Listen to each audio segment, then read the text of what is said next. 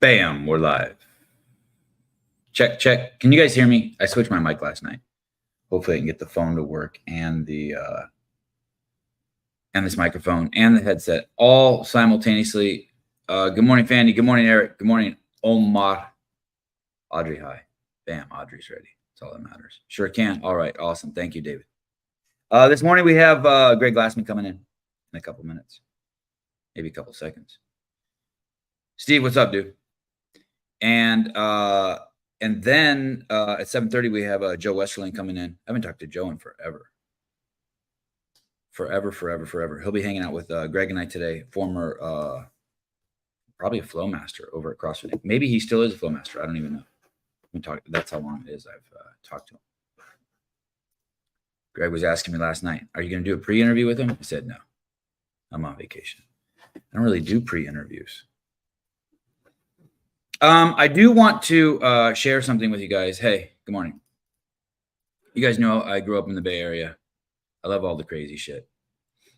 I love 20-foot tall marijuana plants. I don't mind a crazy party. I don't mind nudity. I don't mind drinking. I don't mind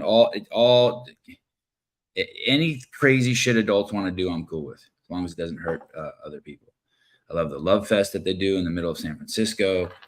I'm pretty much cool with everything as long as it doesn't hurt other people. Like pooping on the sidewalk, I think that hurts other people. I don't like that. Even if you're an adult, I don't like it. And introducing kids to drugs and adult type of ideas, I don't like that either. I want to show you something. I did when Caleb was on here the other morning, I was talking about these tranny reading hours for kids, where you take your kids to the library, you bring your child to the library, and then transvestites read to them. And I don't like it at all. I don't like it at all. I don't like bringing your kids to men who have an unquenchable desire to hang out with little kids. I don't like it. And I want to read to you some of the responses and show you how off people are, how confused people are. So this person writes, "Maybe you could have an actual conversation about this once you learn the difference between a trans person and a drag queen." Oh, Nelly. Maybe we'll come back to this. That's like me telling you, "Hey, lawnmowers are dangerous. Don't flip them upside down and touch them." And you telling me that's not a lawnmower, it's a blender. And I'm like, "Okay, fine, you win. Still don't put your hand in it." I don't care. I don't really care what the you can win that all day long. I think putting your hands in things with spinning blades is a bad idea. Hi, Greg. Sir, what's up? Good morning. Oh, let me see. I think maybe my headset's. Oh, shoot. Here we go. How's that? Is that better for everyone? Can you hear me better, Greg? Oh, it is? Okay. It's a little louder. Okay, I switched to this microphone. This is I set up all my stuff in Newport Beach, so this is kind of a test run. I tested it last night, but then I had to make some tweaks to it. Looks good, bud. Thanks. I'm just pushed up in a kitchen here up against a white wall. I was talking about the reading hours that they have at libraries, and I like the idea. I like the idea of like an Amish lady, the Amish lady reading hour. You know what I mean? Where she comes. Why can't they have that one? Can that be?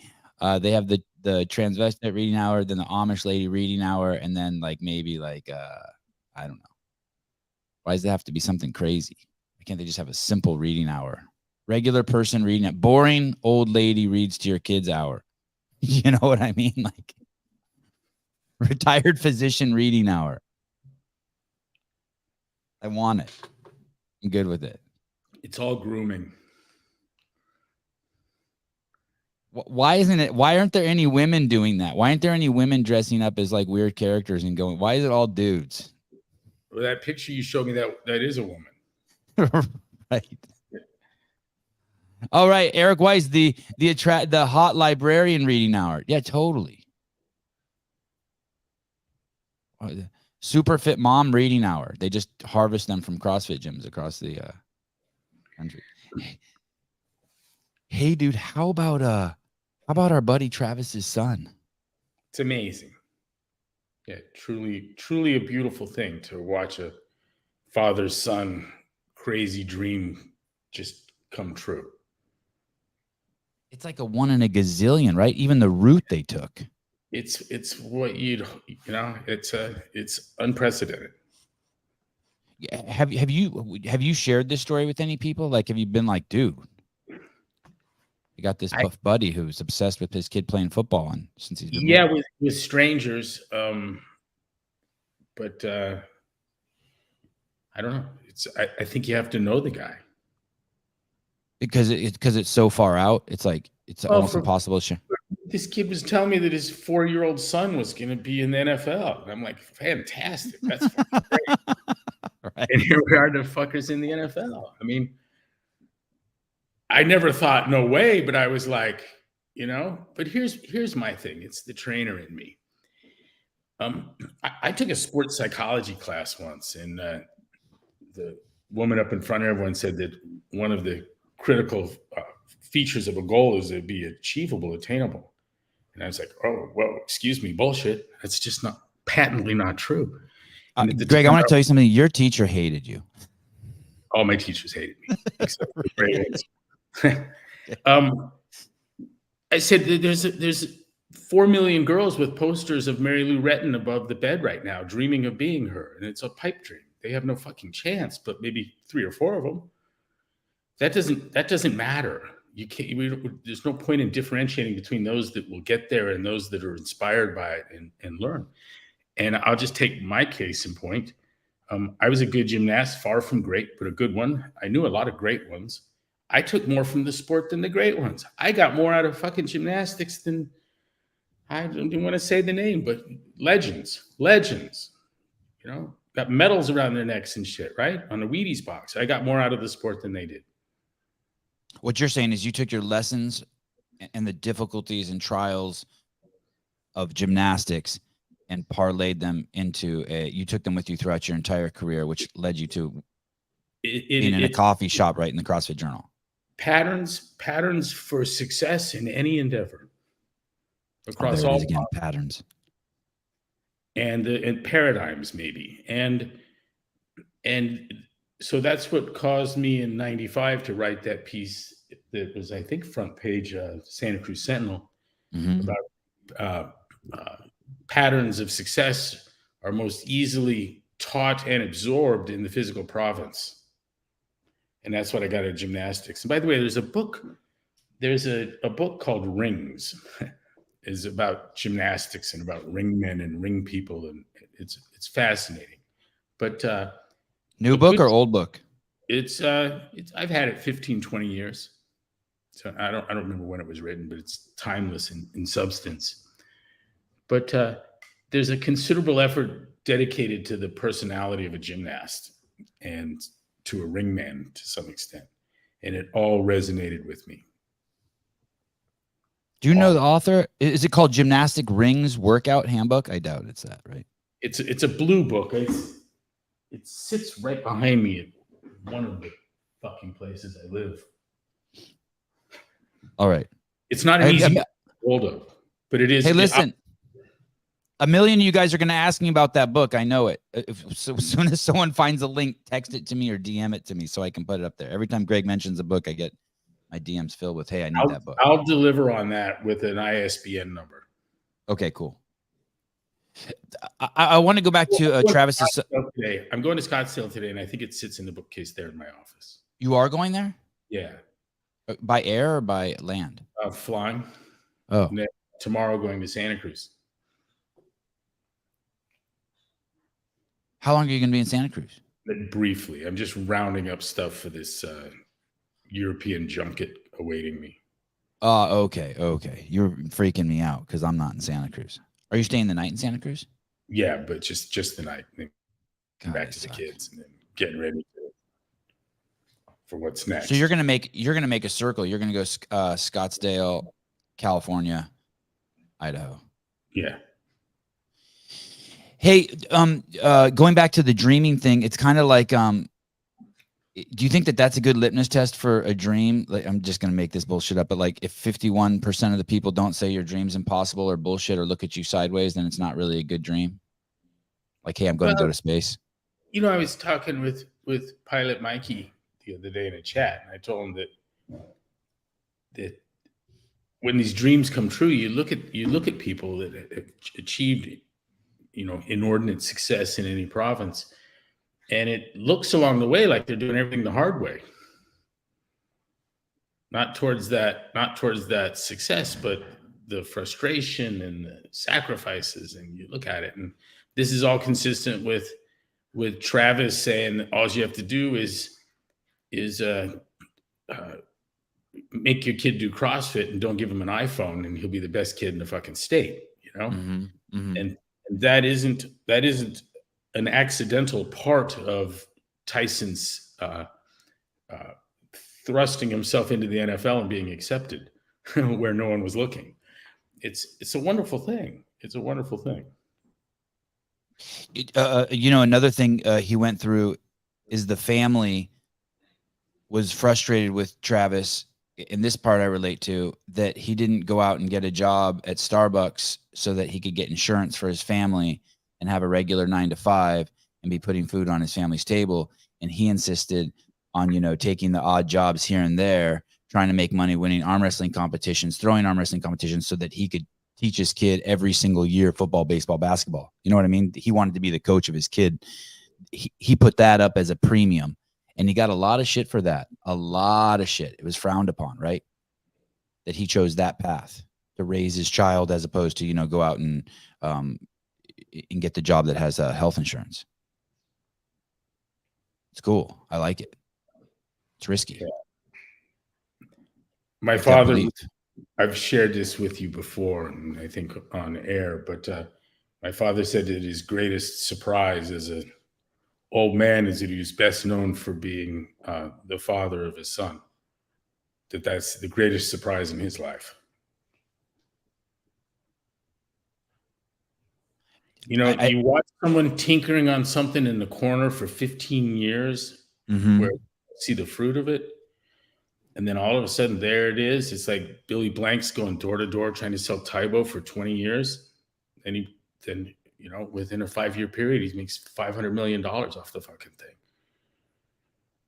And it was an overnight success. Right. Overnight success. Think of how good you get. It's like on your Mormon mission, knocking on doors, delivering a message nobody wants to hear.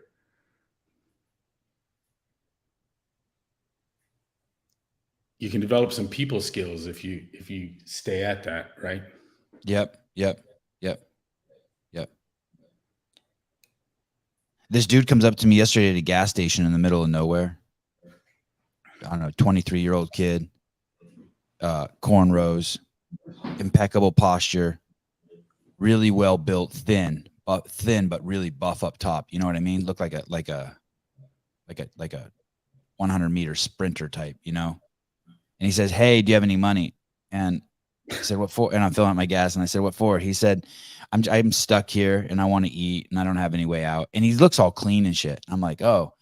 And I'm like, "No, I don't." He's like, "All right." He's all cool. He's all, "Have a good day." And he won't come close to my car. He stays like 10 feet away, like respecting my space.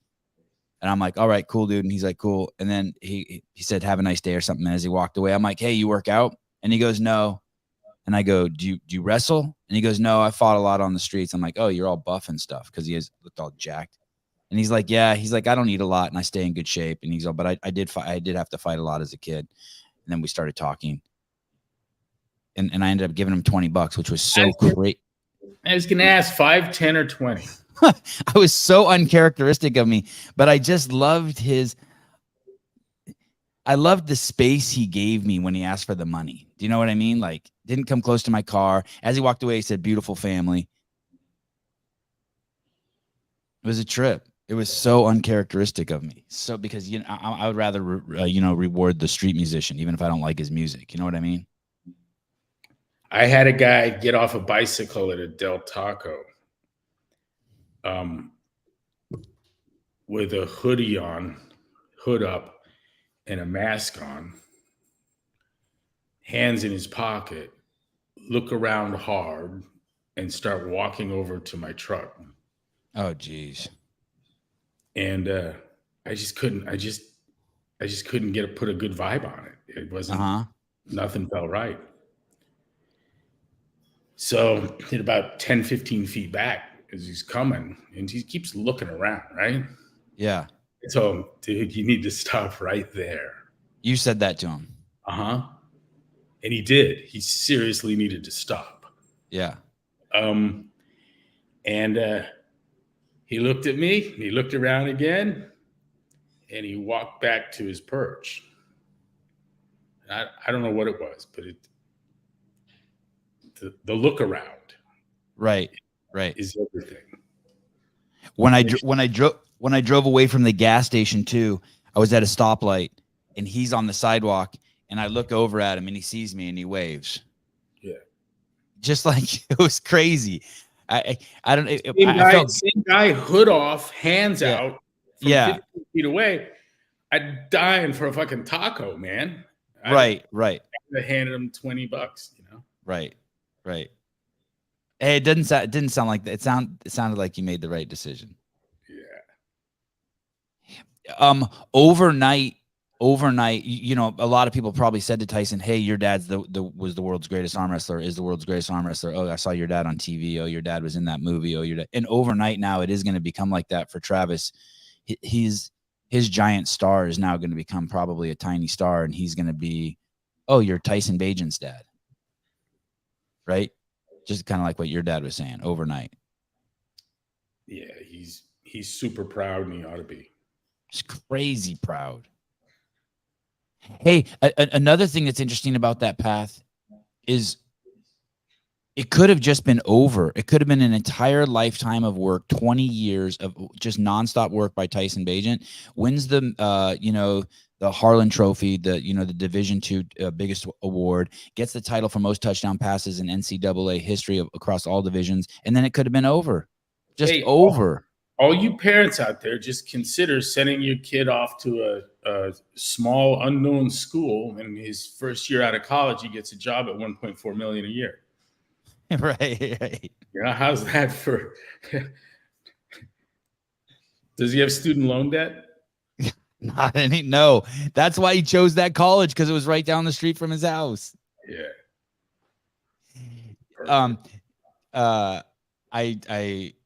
I knew having him on obviously was going to bring eyeballs to the podcast, and already someone this morning is like, "Look, one of Chicago's biggest sports writers is quoting Tyson and giving you credit from your podcast yesterday." So I sent that to Tyson. I said, "Oh shit, you're gonna make me famous." I'm so excited for him. Hey, and that's another thing, by the way. At 51, I'm more excited for someone else than I could ever be for myself. You know what I mean? Like I'm giddy. I was speaking to Dave yesterday about it, and he goes, "God, you act like it's your son." And I do. I feel like that. I don't know why. I guess because we love Travis. For people who don't know, I've traveled the world with Travis and Greg. Like we spent basically a couple of years inseparable, the three of us. So that's why Greg knows so much about Travis, and I do. Are just stories flooding your brain? Yeah. Yeah. That's a one of a kind. Jan Clark, he's a genius. Yeah, he is. I agree. Yeah. A great thinker, right? He's a West Virginia hillbilly philosopher. Yeah. Practical and logical. Yeah. Extremely practical.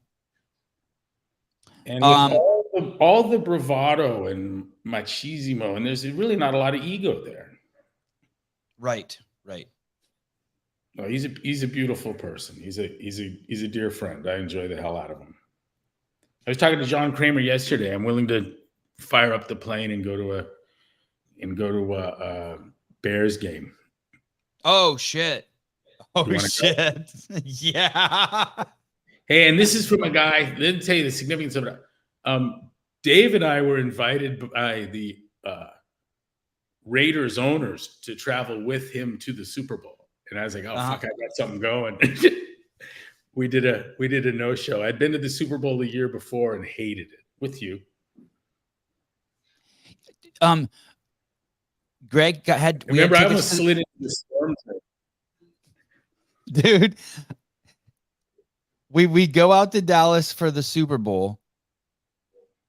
It was the second quarter, and I'm like, Greg, the game started. He's like, oh, we better get over there. We get there at halftime to the Super Bowl. This is the first game, I think it was at Dallas Stadium. It was the first kind of unveiling of it, I think, or something.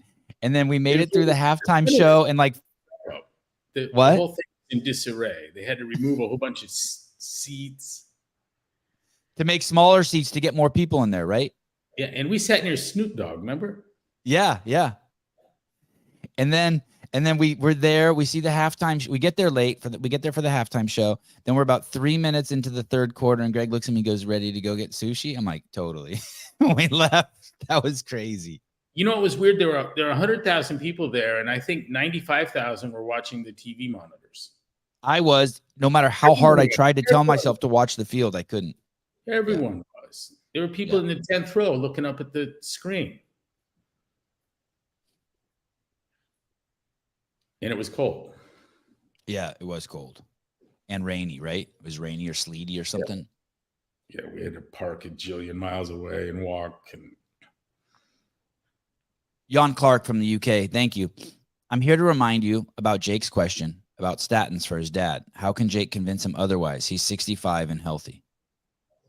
Oh, the old statins rearing their head again. Yeah, there's a book written on that, the Big Blue Book. And it's funny, I should be better with the title because I wrote the foreword. But to the latest edition, who's the author?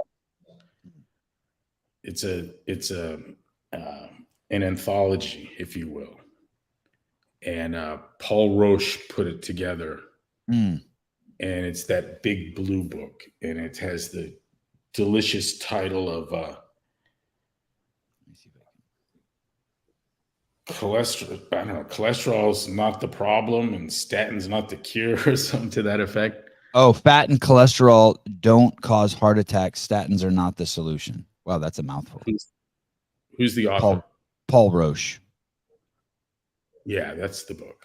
And it is. And in the latest version of that, and Lipid Lunacy is the current version of that. But here's a book. Yeah, you just purchased that in 2018, Sev. But is that what it says on there? Yeah. Oh yeah. Yeah, this is some history for us. Logically, it's a dead issue. Statins are a scam. The logic of it, complete and utter fraud. And I think that book exposes it perfectly. Did we have anyone come to HQ who spoke specifically on the statin fraud? I believe we did. Yes, several. Is there any video that anyone in particular, and I could somehow get people a link to it? Yeah, the CrossFit health seminars are full of this stuff. Okay. David Diamond, Paul Roche. You remember Paul Roche speaking in our lunchroom at HQ? Yeah, he brought his granddaughter or something, right? Yes. He passed, right? He passed away shortly after that. He was in his 90s. Fred Krumero is in this book. I'd say there's been so many great minds that have dedicated their lives to telling the truth about metabolic derangement and heart disease, and all of it's gone fundamentally nowhere. Made some really good friends all around the world. What's the statin study that's in Wikipedia that's just riddled with errors? They basically took the wrong information from it. The big study.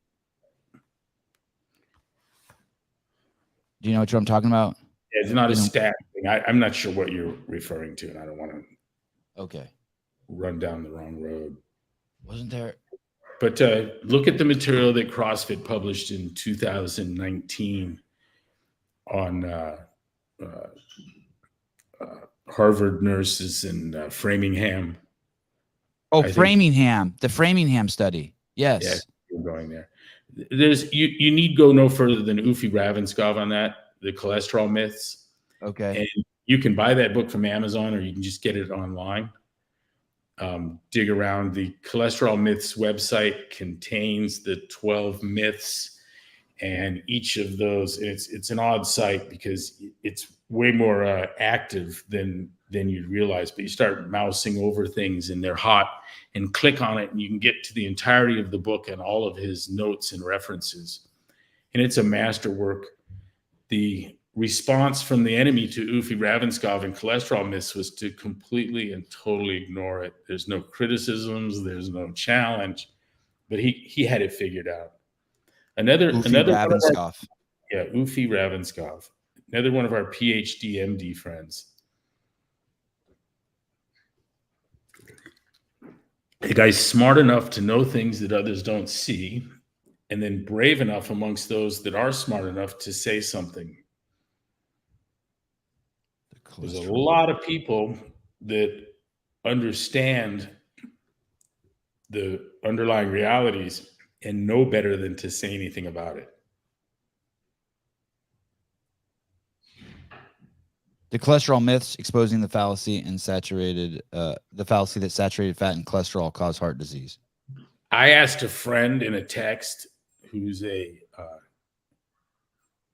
prominent cardiologist at a major university if he'd been seeing an increase in mortality amongst young people.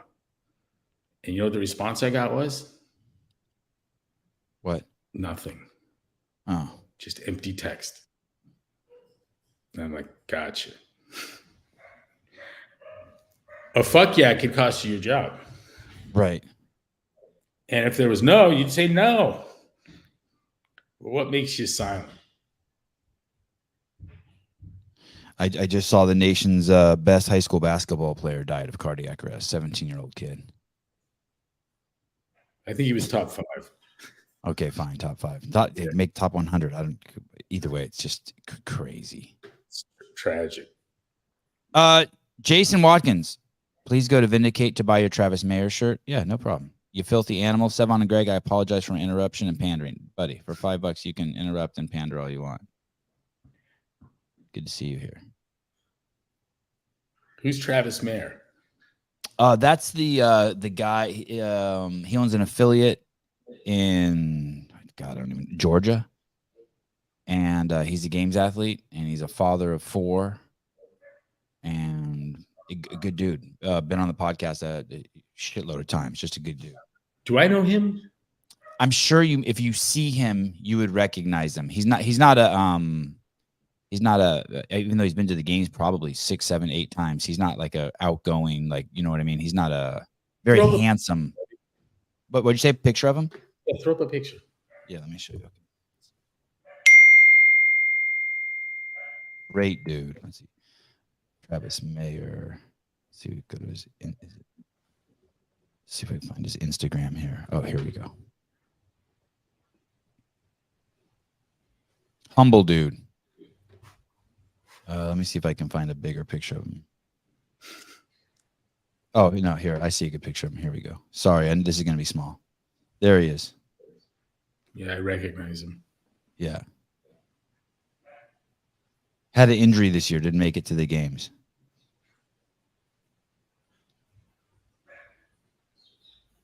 A little early for shirt sales. Eaton Beaver. Good morning, Coach and Sevi. I just got back from Cabo. I took Sevi's advice and was dropping 20s when I got there. Great people. Oh, I was telling him the story. Tip the first, 10 people you see at the hotel. And it's yours. 20s. Yeah, and it's yours. Yeah. Crazy how that works, huh, Mr. Beaver? Sean Lenderman. My father-in-law is on statins and blood pressure medicine. He became a TikTok scientist about the vaccine, but refuses to research about nutrition. A TikTok scientist. I love that.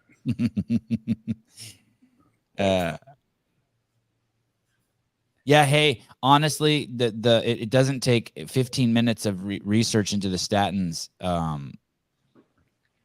And man, you'll start to figure it out.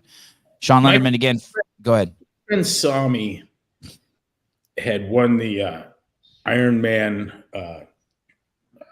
professional division as a 35-year-old, I think it was. And that same year was diagnosed as a type 2 diabetic. And he's like, how can I be? And I told him, well, it's about diet and exercise. He says, my diet's perfect and my exercising, no one on earth exercises more than I do. And so something's wrong. And his kid's got a PhD in astrophysics, right? And started a super successful mega company.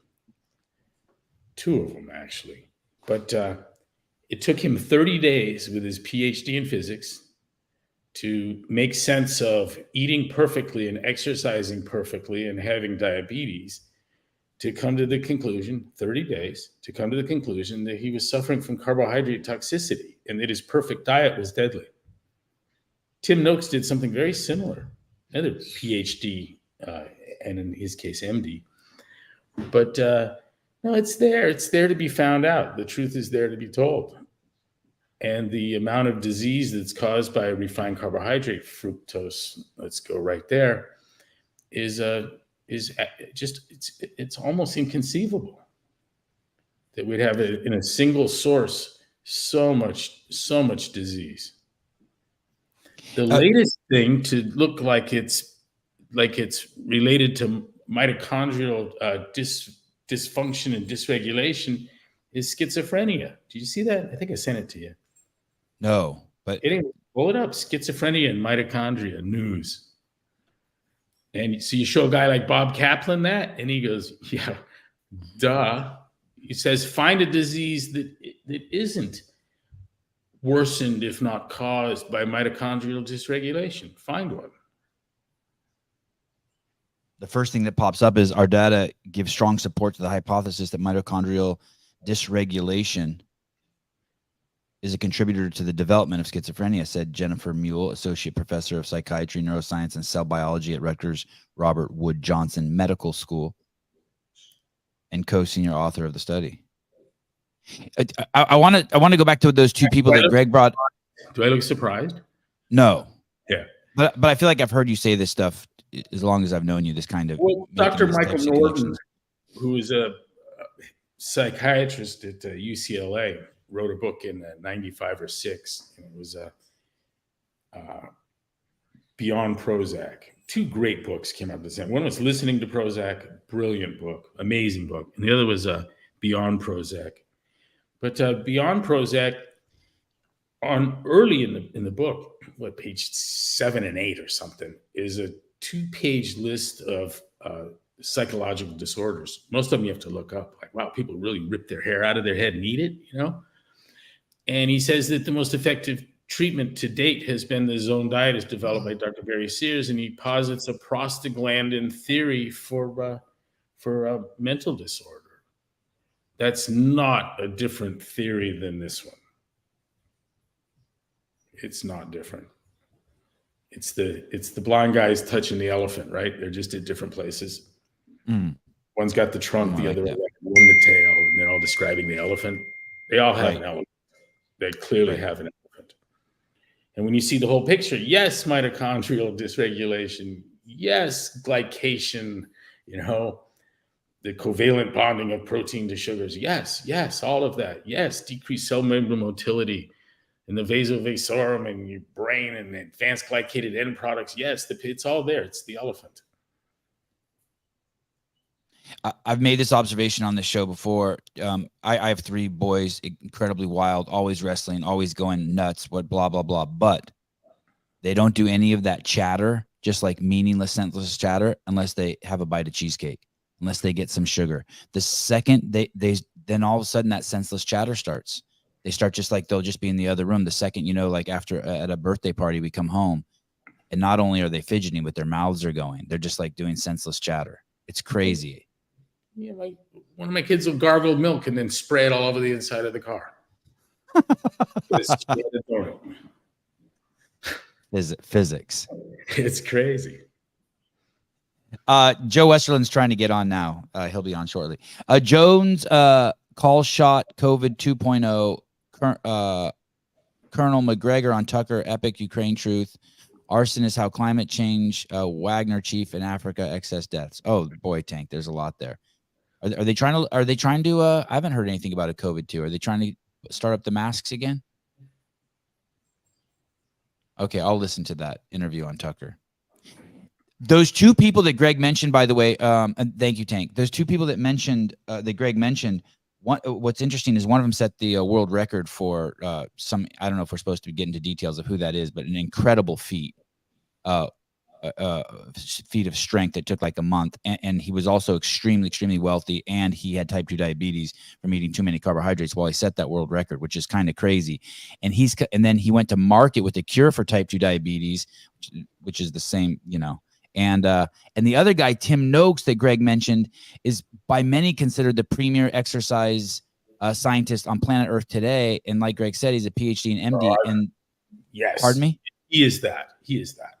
And the country of South Africa tried to fucking take away his medical license because he flipped the script on carbohydrates.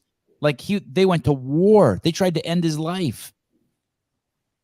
With funded by U.S. academics and soda.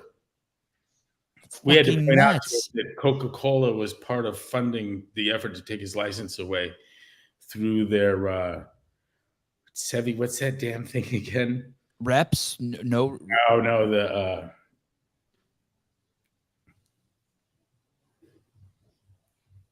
that institute. It'll come to me. Okay. This guy worked with the 49ers. I mean, he worked with everyone. He was the guy when it came to exercise science. He is the guy. And as soon as he realized, oh shit, and he was a world-class marathon runner and triathlete, I think. But as soon as he realized that, hey, carbs weren't the way, refined carbs, everyone turned on him. The whole machine turned on him. It's crazy. Instead of like applauding him, they turned on him. And this happened globally too. It happened to Gary Fettke in Tasmania, and it happened to Christina, forget her last name, the pediatrician, one of the Scandinavian countries. I forget. This, we're dragging up past life stuff here. It's interesting. Yeah, well, it's still relevant, right? Because the machine's going back to where the money is. That's right. There's treating metabolic derangement is at the heart of the global economy at this point, and avoiding it. What do you do? What does a CrossFit trainer earn? That's where the money is.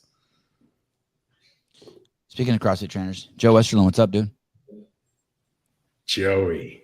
Hey, can you hear me okay without a mic? Am I good? You are good. Your internet connection's a little spotty, but so far so good. Okay. Yeah, I'm on my iPhone. I'd rather not be. I'm having an issue with Chrome on my Mac here. All right. I don't know. Are you near a router? Are you near the router? Yep. This is as good as it's going to get. So hopefully the internet is. Am I lagging? No, you're good. Hey, do you still work for CrossFit, Joe? Are you Flowmaster over there still? Yeah, I just taught a seminar. I just got done actually. So. Oh, awesome. I say just. The last time Greg texted me 2 days ago. Awesome. And how long have you been with CrossFit? Let's see. 14 years, almost 15 years. Crazy. And do you know how many seminars you've done, Joe? I'm over 400. I think I'd probably be in that 5 club, but when I started multitasking in 2018, I dropped down to about 2 a month. So I did the math the other day. I was like, I think right around the time I started going out to Santa Cruz on a regular basis and kind of splitting my duties, I used to do 4 or 5 a weekend for many years. So I've been but I've still held two a month for the last 5 years, but 400. Hey, and you're a father. Yeah. I actually have a monitor right here. I'm home alone, so we'll see. Hopefully she stays asleep the whole time. You have two kids. You have a kind of a young kid and then a baby. Yep. So I have an 8th grader, and then I have a 7-month-old, which, Crazy. by the way, the topic of the day, you know what I didn't, I think I know what Greg wants me to talk about today, but I sent you that video of the backflip off the slide. Yes. Speaking of ACL tears, I haven't sent that to Greg yet, but that kid's insane. Hey, I just I'll saw send it to Justin you. Gaethje. When I see your son do that, I'm like, future UFC fighter. He did a backflip off of probably like a 6-foot elevation wearing Crocs on a slide with no one around. Just an idiot. Nonetheless impressive. Yeah, very impressive. He's in the 8th grade already, huh? Yeah, wild. Reminding him every morning of the importance of showering and deodorant and brushing his teeth. More important now than ever. Joe, do you remember meeting? And you're wearing a Garth Taylor shirt. A friend that probably of Greg's that probably introduced me and you to him. I did that for both of you, actually. I was like, I have so many proprietary T-shirts in my closet. I was like, what can I wear? I was like, what links both of these guys together besides CrossFit? It's like, gee, man. Greg, do you remember how you met Joe or where you met Joe the first time? Do you remember Well, I met Greg first at my level 1, but I don't think he at the time remembered that the second time we met, maybe. But, we met a few times through those. You took your level 1 from Greg?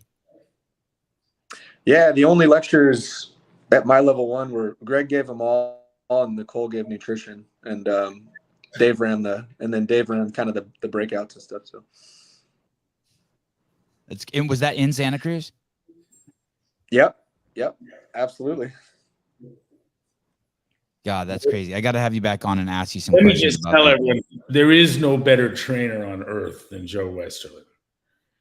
And there aren't but 4 or 5 people I could say that about. Well, I've got some faults for sure, but insincerity is not one of them. Well, thank you very much. Legend. I'm just a good thief. What's that? Got on a plane, took my family and in-laws and went to Joe and Libby's wedding. That's how important he is. Yeah. You know a funny story on that? My father-in-law at that hotel, inquired about getting the suite. This is how we got his RSVP before the RSVP. My father-in-law looked at getting the suite for the 2 of us, and they were like, "It's already taken." And the way her dad works, he's like, "Oh no, no way. How's that possible?" And I think I sent a text to Maggie and was like, "Did you guys get the suite at this Marriott?" And she was like, "Yeah." So I sent him a text. I'm like, "It's all good. It's all good." I was like, hey, he hadn't even told you he was coming to the wedding, but the hotel was booked. By the way, Greg going to a wedding, to get on a plane and go to a wedding means he really likes you. I almost find that hard to believe. Did you actually see him at your wedding, Joe? Oh yeah. It was, yeah. Okay. Absolutely. I went to meet all the guys. Club too. Yeah, he was at the.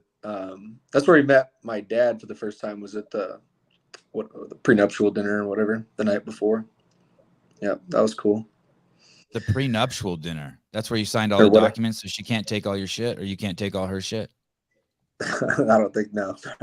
But Greg's a lot like it's funny. My dad and Greg are completely different human beings, but they both have the ability to talk to anybody about any topic. So they sat there and bullshitted effortlessly for about 30 minutes. It was pretty funny to watch. I didn't even hear a word of what they said. I just saw them talking for like 20 minutes, and I was like, "Oh, yep, neither one of them's missing a stride here." Dude, I listened to your dad talk about how you dismantle a steel mill, build a railroad up to it to take it apart, and then pull out and leave, pull up the track as the trains leave with the mill. I mean, that was You'd have to be thick or slow to not appreciate that kind of engineering, and when humans act like ants, it's pretty crazy. Yeah. No, your dad and Libby and the kids. Will do. Joe, when I met you, you were a coach at you were an athlete trainer or a coach at the University of, was it Omaha? No, Nebraska. Nebraska Omaha was when you did that interview with me. Yeah, so they're part of the same system. Yeah, yep. So Nebraska Omaha. And you worked with athletes of all disciplines, right? Football team, track stars, wrestling, the whole gambit of D1 athletes that came out of that school, right? Yeah, so I mean, I can predominantly football, and then my first groups of female athletes were tennis players, and then I worked with volleyball and softball, and so on the ladies' side of the house, those were the three teams that I mainly worked with, and then mostly football in the men's department, and then we all helped each other with different things. So I worked with wrestling as well, because with Ricky, but. And when you worked with wrestling, that was when you guys started that was also the first year that team like won the national championships or something, right? As soon as you introduced CrossFit to that team. They had great wrestlers out of there, but as a team in their totality, something happened that first year you guys were there. I can't remember what. It's in the video. Yeah. So, and I know where to give credit. Like that's 90% Ricky, so I played football there, and then, so I naturally worked with football players more, and Ricky wrestled there. And, but yeah, we all worked with them, and they had won a national championship at some point in time, but in the time that he was their strength coach, they won 6 out of 7. So they won 3 in a row. Then they got third, and then they won 3 in a row. Yeah. And I believe he credited that with bringing CrossFit there. Yeah. I mean, you can't replace, sport techniques and tactics in a great wrestling program as well. But I think, right. One of the things that they did was, they brought the GPP of the whole squad up. And then, the nutritional component was huge too. He really helped them figure out how they could eat more and still cut weight and things like that. So, a lot of credit to him in that regard. So I look up ACL tears. It's a subject I've heard you and Greg talk about many, many, many times. I don't know if they're called tears or ruptures. I guess it depends on where you're reading. But the numbers are 100,000 to 200,000 ACL ruptures a year. And I know you have some really in the state, in the US, right? I mean, that's no correct. Sorry. Thank you. Yes. Yep. In the United States. And I know that it's been, I know it's, I had a friend who played Division I soccer, and she told me that every single girl on the team, you could pull up their pants and they got the line on the knee from the surgery. Yeah. It's just, I used to, when I was playing football, you'd walk into the training room where everybody was getting their ankles taped, Did I lose you? Oh, no. I'm here. Yep. All right. And it was just, this is just personal experience. You'd be waiting to take a table to get your ankles taped. And if the soccer players were in there, it was always really noticeable that the ladies, how many of those scars right on the anterior part of the knee that you would see. And when Greg sent me the article and said, "Hey, let's talk about this," I naturally, it's not like I sit around all day long and think about ACL tears. So I sent a couple mutual friends of ours who played soccer in college. I messaged Kelly Jackson and Denise Thomas, and I just said, I go, "Hey, Denise, did you ever tear your ACL?" And she goes, "Twice, the same one," and it's just like that. It'd be an unscientific thing to say that every single one of them has one, but the 1,000 anecdotes is evidence. And it's like every other gal you talk to that's played long enough, they either did, or their roommate did, or 4 of their teammates did. That's for sure. It's funny. I've heard so much about ACL tears, and I've never even actually Googled and looked up an image of one until last night, and I did, and I see. And you have some theories on why this happens, right? Why this happens, and it's significantly more prevalent in women's sports. I got some data on that also. Happens to women twice as much, basically, as it happens to men. 6x in soccer. 6? Wow. Yeah. 6 to 7. Yep. You'll usually hear that 2 to 8 times more likely range, and that's probably accurate. I think more men tear their ACLs just because there's more opportunities, right? More guys engaged in rugged play. So, but as far as on a per capita basis, ladies are definitely more susceptible. And then when Greg mentioned soccer, it's for women, soccer's number one, volleyball's number two. For men, football's number one, soccer's number two. So soccer is a big one, obviously, across both sexes. Yeah. And why do you think this is happening? You have some theories on this? Well, this is nothing new, and I messaged our friend Sean Rocket as well, just to like confirm. You know, I'll tell you, I'll give you a list of the anatomical things that have been cited. Now, just like the problem with most science, I mean, none of the studies can really be called 100% reliable. But the big one in the 90s was Q angle. So it was the Q angle is basically when you draw a line from the front of the hip down to the kneecap and then down to the notch that sits on the tibia. Essentially, we're talking about hip width and how that cuts in from, you know, the hip down towards the knees. That was like the big one that they told us in the 90s. I think that's a factor now, but they've shown that when they take various Q angles within male groups and within females, you can't call that the one singular reason. But women do have wider hips. There you go. Yep. And so essentially, in layman's term, knock-kneed, we know that's a big problem. But as a contrarian, much like Greg is, and we all are, just because the hips are wider on average in women, that doesn't mean that's the only reason that you're going to see that knock-kneed movement. I was just texting Sean. I said, show me a volleyball camp or a soccer camp with 100 high school female athletes and have them do a series of jumping and landing and deadlifts and squats, and I'll show you 100 knock knees, right? Like you'll see knees caving in. And but if show me 100 female CrossFit athletes and you won't see that. So it can't just be the gender component, if that makes sense. You have what's called you could look this up. You have what's called the condyle width. So those bumps when you pull up that behind the knee.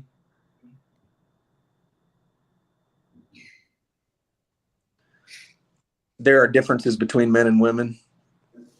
And so you have these two little bumps that sit there, and they'll measure the width. That is different. Women tend to have smaller ACLs.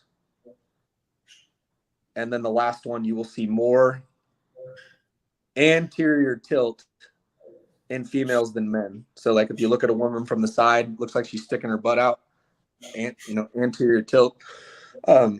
There's some things that supposedly does that can indirectly make you more prone to your knees caving in, that same knock-knee valgus motion. So I would be lying to say that this is not, and like if you ask someone who's repaired a ton of these, they can speak to this evidence. And if you were to add all that up, it probably would, you add it all together, it could answer for why it's more prevalent in women. But then here's the other big one: quad to hamstring strength, the ratio, right? Are you quad dominant or hamstring dominant, in other words? And are you cell phone dominant? Are you internet dominant? Are you connection dominant? Wait till no, you're still there. Wait till I read through the comments. You're gonna love the comments in a second. I mean, it's like we go through this list of things, and they're all factors. And I think logically and scientifically, I'm good with all of them except the last one, the quad hamstring imbalance. I long thought that was bullshit, and I got a host of reasons for it. But we'll come back to that. But listen, these are factors in the occurrence, but it doesn't speak to what we might do about it. And that's sure. Yeah. I think Joe has terrific insights that I have and like missing. Well, and I wanted to throw all that out there because I don't know what the comments say, and I don't really care either. But It's important I to throw it agree. out there. We're laying a good foundation for the picture. This is Yeah, all I'm good. just This is all laying. good. Yeah. I'm just Yeah, this is good. I'm just laying this foundation because none of it really matters. Like, so if all those things are true about the differences between men and women, the stability of the knee needs to be greater, and so we need to be stronger and stronger by a significant margin. And how we go about getting strong, and how we define strong, all matters. And I would agree with Greg. And I think I was telling Sean this too via text. I think also that the quad hamstring thing is kind of bullshit, because the only way they really determine it is using a Biodex machine, which is really like a leg extension, leg curl test. But that's not how the hamstring actually functions in a person when their feet are on the ground anyway. So I don't know where you want me to start with my thoughts on this, but I'll start as simple as possible. If you're weak, you're more likely to get injured. And the best way to get strong, if we're talking about the knee specifically, is to do squats and deadlifts. And squats are not squats if they're not done below parallel. And you will get quad dominance when you are above parallel. And the minute you crack the parallel line and below, your hamstring is contributing to that effort significantly. And so that's like where I start the conversation with prevention and recovery. Let me ask you a quick question, Joe. Let's say you do squat, but you don't squat below parallel. Are you actually possibly exacerbating the problem? Well, you will end up with, you'll end up with bigger quads and smaller hamstrings unless you're doing a whole bunch of other work to strengthen your hamstring. We can end up with a leg able to exert forces that it can't accommodate. Yeah. Yes. Okay. So go on. I apologize, Joe. Go on. Yeah, no, well, your ACL test is like an anterior shear. So they'll grab your ankle and they put their hand behind your calf and they pull your leg forward, right? So that's anterior shear. Well, when your quad contracts, it's going to take your ankle, just like when you get your reflex tested at the doctor's office, and it's going to extend it forward. But when your foot is in a fixed position, when your quad contracts, it's going to basically do that shear test. It's going to pull that upper part of your shin, your tibia, away from your knee. And so when you squat a heavy load that shouldn't be on your back, if you can't carry it below parallel and you stop above parallel, then you have a whole bunch of anterior shear, and you don't have the counteraction of the hamstrings on the back side pulling it back into place. And I don't know if that's exactly what Greg is saying there, but exactly right. And you can feel that in a wall sit where I have that horrible fucking exercise where I take the hamstring and the glute out of supporting yourself and put it all on the quads. You can feel that shear in the knee. What's that weird? They call it the perfect squat. You guys know what I'm talking about? Where you stand inside of it and you can lean back. It's like you put your feet inside the anchors and you lean back and you do a squat. You can look this up right now on YouTube Shorts and you'll find several people blowing their ACLs while they go about doing that. It's called the perfect squat machine. I think it's called the perfect squat. I can't remember. That might be just proprietary, but I'm looking for images. I just see a bunch of things that look like Smith machines and shit. You know what I mean? Same kind of thing. It does the same thing. We need the sum of the vector forces to come to zero in perfect balance. And with your ass against the wall, hack squat, Smith machine, that fucking thing, any of these things, the sum of the forces isn't zero. And I swear to God, you can feel it. Anyone right now, just do a wall sit, stay there for a while and feel what you're feeling in the knee. It's not healthy. Yeah. And if you've got laxity in the knee, there it is. You're like, wow, this is disruptive. Well, and on the other end of that, what we do know is now not all squats are the same, but if you do a back squat just below parallel, your ACL virtually is doing nothing. You're not squatting in your knees is the slang term. So people won't have ACLs and they can still squat massive amounts of weight because, it's just the mechanics of the situation. But what's funny is I went on when Greg said, hey, let's talk about this. And I used to talk about it all the time. went on a little hunt for it, and Greg sent me the article was to the Women's World Cup. I think there was like 32 of them that weren't present because of ACL tears. And anything that's come out recently or all the way back to 10 years, you look this up, and the reason I listed all the potential reasons that all the anatomical differences is because every one of these articles will go through that same list of things. And the one thing that no one argues about is that this can be prevented through strength training. But the bigger conversation is, what does strength training actually mean, and how are these things defined? But I was shocked to find that in the last 4 years, anything that you stumble across ultimately comes down to some type of thing that is, what's the best way to word this?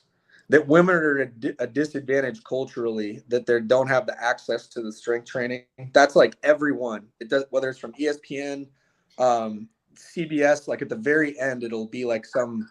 It's like a sexist thing. What culture is that? What culture is that? Well, hey, I mean, it's pretty crazy to read. But what's funny, as contrarians, I think there is a place to talk about the differences in sexes that are not anatomical. But if you hear me out, let's just take a soccer team, college women's soccer team. There's not a single lady on that team that shouldn't at least deadlift twice their body weight. Like, that's just real quick to put that in context, you're talking about women who are now playing soccer at the second highest level on planet Earth. And by the time you get to this level, a healthy, strong soccer player who's balanced should be able to deadlift twice her body weight, meaning she shouldn't be morbidly obese. She should have a good body weight, and she should have a strength that's commensurate to that. Okay, go. I just wanted to make sure I put that in perspective for people. Okay. And I think this is an important conversation, and it'll actually turn into love for the ladies, like in a respectful way, not from a place of chauvinism. And it's an important conversation. So, because double body weight deadlift is not an overly impressive feat, but you would find that the majority of collegiate female athletes can't do it, and men for that matter either.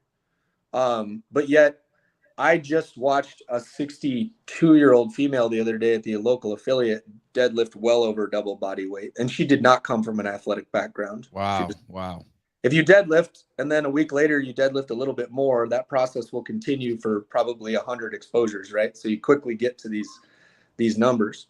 And so the point I'm making is that's not happening. And so then there would be some equivalent amount that they should squat as well, and do so below parallel. Double body weight deadlift is not much to ask, and it's not much to ask well before the career is over. And like, this isn't by the time they graduate. This is probably after a year or two. They should be at that number. And ideally, they would be there before they get to college, right? Like many of our young CrossFit teens are. And I did something interesting. I looked up this topic, why so many women tear their ACLs, after Greg sent me the article.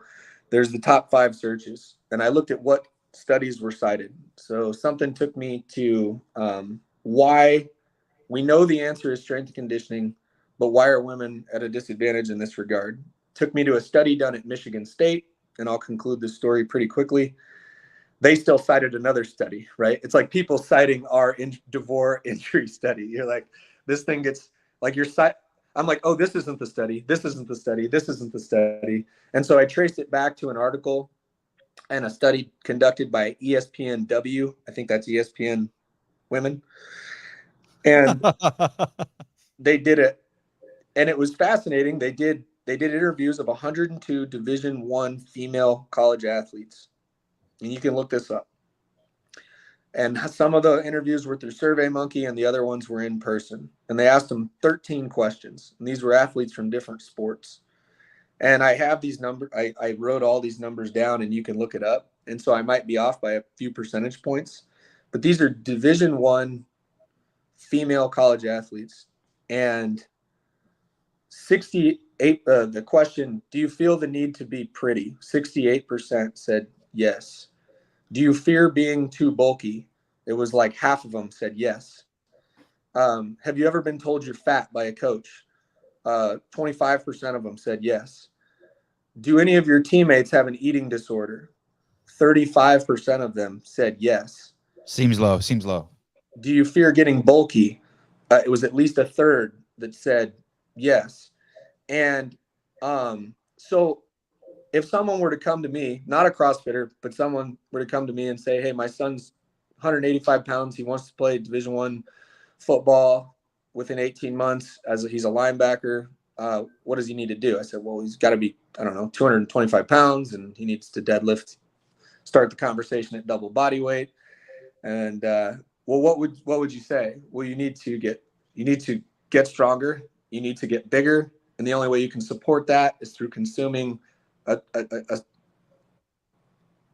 very large number of calories, for lack of a better word, and a large percentage of that needs to be animal protein. And so I sent another friend of ours who played Division I soccer and who's on seminar staff, and I said, how much do you weigh now? She's qualified for the games before. She's 135 pounds. How much did you weigh when you were a college soccer player? 110 pounds. And I had an eating disorder half the time. And I ate less than 2,000 calories a day. And the smallest contribution of that was protein. And so I just felt the need to talk about that today, because everything I stumbled upon talked about this idea of sexism and the lack of ability to be exposed to weight rooms and things like that. But I just thought it was funny because CrossFit's one of the safest places for ladies to lift large weight, gain muscle mass, eat large amounts of protein, and squat below parallel and make it your monthly goal to see your deadlift numbers go up. The party line is that there's no differences between men and women, and that being male or female is actually just a state of mind in the end. And anyone that's able to show any differences where you can't deny it, then it's the men's fault. Yeah. It's just great. It's just classic bullshit. This is the religion of mommy has a cock. But in terms of those differences between the sexes, to focusing on that is to put too much attention on something you can do nothing about. That's right. What you can do is radically improve the knee's strength and stability. Yes. That's what we do. We do that without thinking about it. Yeah. And that is there's where your conversation of broken science and just a bunch of useless bullshit filling 98% of a text in the formal education of this line of work, physical education, exercise science. And I couldn't agree with you more. And by the way, data that comes from a survey, you're not doing science. You're polling. Correct. You're polling, but it isn't science. Yes, sir. And I will say this too, no matter what you throw at me about the difference in sexes, the answer is still going to come back to be the same. So men are stronger than women even before puberty. On average, there are outliers. I don't care. So what's the answer? Make them stronger, all of them, right? And men are stronger than women after puberty. I don't care. The answer is still make them stronger, and we can absolutely do something about that. And we're going to do it in the exact same way, by the way. And this gets us right to a better beautiful. If I can bring up some history here. Yeah, please bring it up. Yeah. Do you want me to pull it up or not? I'm not, Oh, it was written, right? Yeah. It was in the program to the games at Carson, I think our last year there. Okay. It's funny because I remember it as in the video. Let me see. Yep, here we go.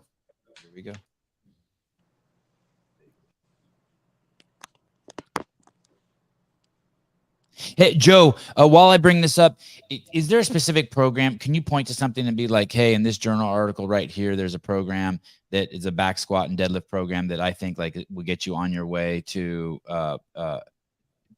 giving your ACL hedging against injury for soccer players, female soccer players? Or is it just go into your affiliate and sign up now? Is there like something you could point to?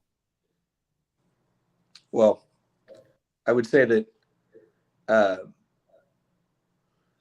the issue of going into an affiliate when you are a collegiate athlete, just let me say that, is difficult because you have an obligation to show up to your designated team training.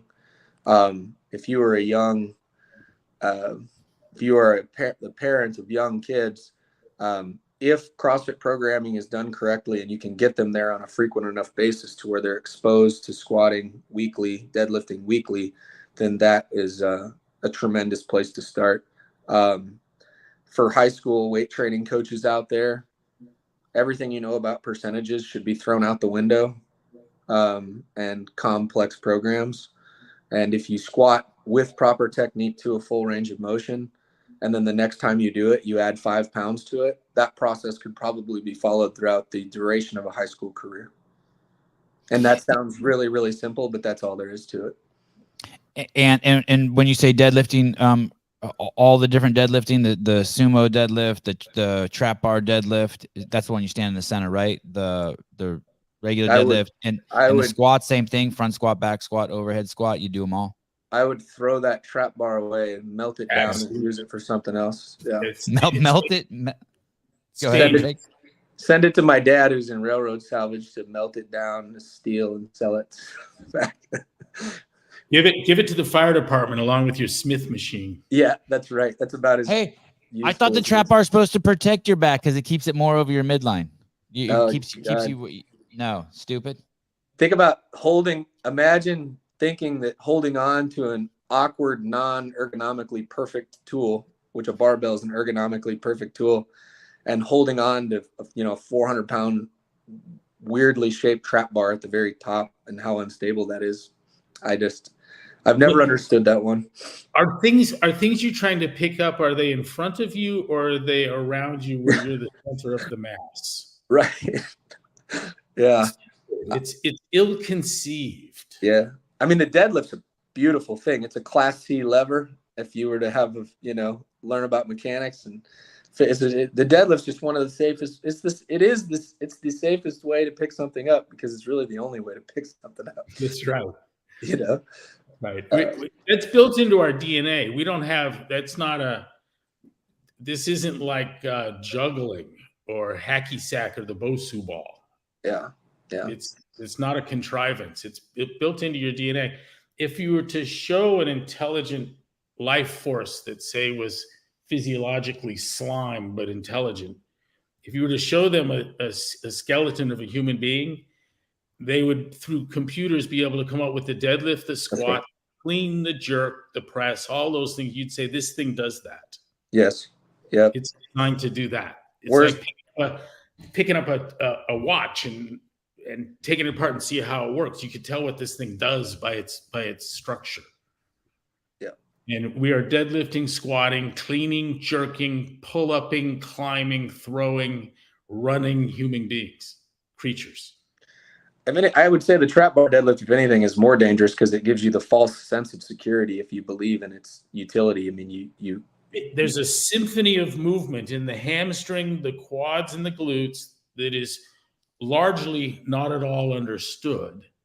And you confuse that quartet, the trio, if you just stick with the big pieces, you confuse that. I've got a trio playing with noise canceling headphones on. They can't hear each other.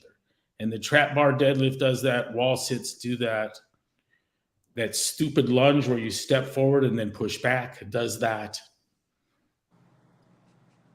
That's the space-saving lunge. That's the lunge they wanted me to do in Spa Fitness Center. You don't have to walk around. You can just step forward and push back. That's the same thing. That has all the charms of, I watched Denise Austin once explaining that if you don't have lat pull down, you can just push dumbbells up like this. It's the same exercise. I'm like, holy cow, this is a TV expert here. Wow.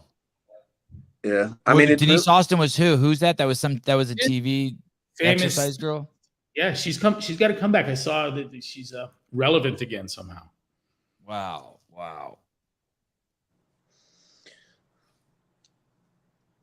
Joe, yeah. I thought I'd also heard you talk about the importance of ankle flexion and basically reduced ankle flexion, maybe even wearing shoes somehow would go upstream, hurt the knees, hurt the hips, be bad for the back. It's a conversation you and I had many, many, many years ago. Does any of that ring a bell with you? Oh, yeah. And that was as simple as, if the shoe industry over the years, the big bulky heel, and again, this isn't controversial. If you have a big bulky heel on, your Achilles tendon is going to be shorter all day long while you walk around.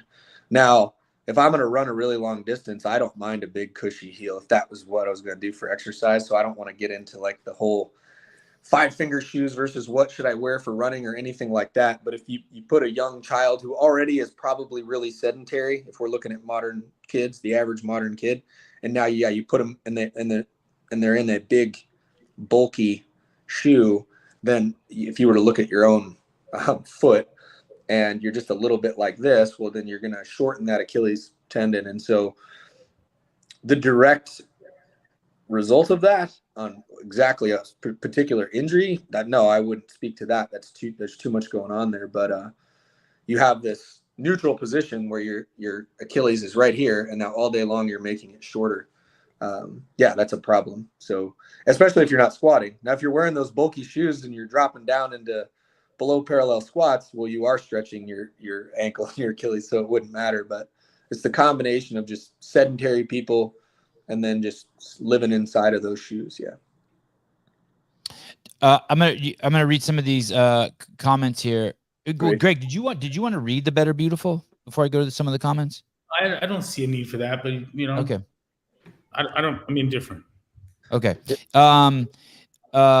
Dildo, I strained my right ACL playing soccer. Another comment from Dildo. Dug my toe into the ground crossing a ball and twisted my knee. Was never the same speed-wise after that. Has chick, full ACL tears in 94, 98. Firefighting and hiking. Started CrossFit in 2009. Everyone told me it would wreck my knees, but they are fine now. What about that? If you don't squat, you're broken. If you don't deadlift, you're broken. Even if you have no symptoms, you have all the orthopedic surgeons in the world look at you. If you do not squat, you're not ready for activity. If you don't deadlift, you're not ready for activity. You're going to get hurt when you try to do something. Yeah, I mean, I don't want to cut even at the highest levels of athletics, like I said, there's a lot of men that tear their ACLs. So there were 327 ACL tears in the NFL between 2013 and 2019. That's a lot. There's only 43 guys or whatever it is now on each roster. I mean, so even at that level, and 75% of those were non-contact. So I agree with Greg. If you're not, I don't care how athletic you are, what kind of genetic endowment you have. If you're putting these awesome forces on your knee, awesome meaning these great forces on your knee, you're playing with fire if you're not squatting and you're not deadlifting, and heavy for that matter. Let me shift gears here. There's a sport where the goal is to destroy joints, and that's jiu-jitsu. And that's what we're after, right? Study how an elbow doesn't go and you got to move, how a shoulder doesn't go, you got to move, how your foot doesn't go and you got to move. And they're doing that to each other. Yes. And what do you do about that? So there's only one thing you can do. You need to strengthen the joint. That's right. And that applies perfectly to soccer, football, and golf. Mm-hmm. We had an ACL tear at a kettlebell cert. Kid was sitting cross-legged, stands up and goes down. And I was like, that's classic. If he'd had the kettlebell in his fucking hand, it would have been a kettlebell injury. Mm-hmm. Oh. Yep. Yeah. This is fresh as it gets right here. There's no fruit in looking at how it happens. I don't think there's fruit in looking at anatomical differences. You need to strengthen the joint dramatically. And you just answered this question on the screen too. Danny Bostwick, how do you help rehab an ACL injury for someone where surgery is not an option? Squats and deadlifts. Will that piece that's torn in the picture, will that eventually just grow back together on its own? Will those heal? And not if it's a complete rupture. This is where we should have Sean Rocket come on for this one. But no, I mean, but you don't need it to squat. Hey, you know, the talking to the doctors, I remember I told Dale Sarin once, he was trying to tell me how to run the company. And I told him that as the lawyer, his job was to sit at the back of the bus and look out the rear window and start addressing the people I've run over and not tell me how to drive the bus. That's the lawyer's job, that the lawyers don't actually sit at the adult table in a real business. You're not going to be part of the decision making. I got the same thing for the doctors. You can fix my fucking mess, but don't tell me how to avoid it. You've got no insights there, including my dear friend Sean Rocket. We don't go to orthopedic surgeons to find out how to not get hurt. No, but They'll tell you to stay on the couch. They'll tell you to sit on the couch and stay. I asked Dale, would attorneys have approved me putting a workout for the whole world to see and saying, do this? And the answer is no. You'd never have gotten a green light up from legal for doing that. Hey, Sevan, I saw that comment on the screen that someone who's a physical therapist said to, there's a lot of utility in that for the other person who asked the question. If they tore their ACL and they say surgery is not an option, I'm not saying load it up heavy as hell in every case and start squatting right away. Depending on the nature of injury, you want passive range of motion back to full range, and then you active range of motion, and then you start strengthening it through a full range of motion. So I wasn't trying to say in every case, but to say you have to have. That's an undeniable duh. Yeah. Well, and most people that tear their ACL still have full range of motion right away. One of the most educational experiences I had. One second, Joe. Let me make sure I read this because some people won't be able to see it on the screen. They'll only be listening.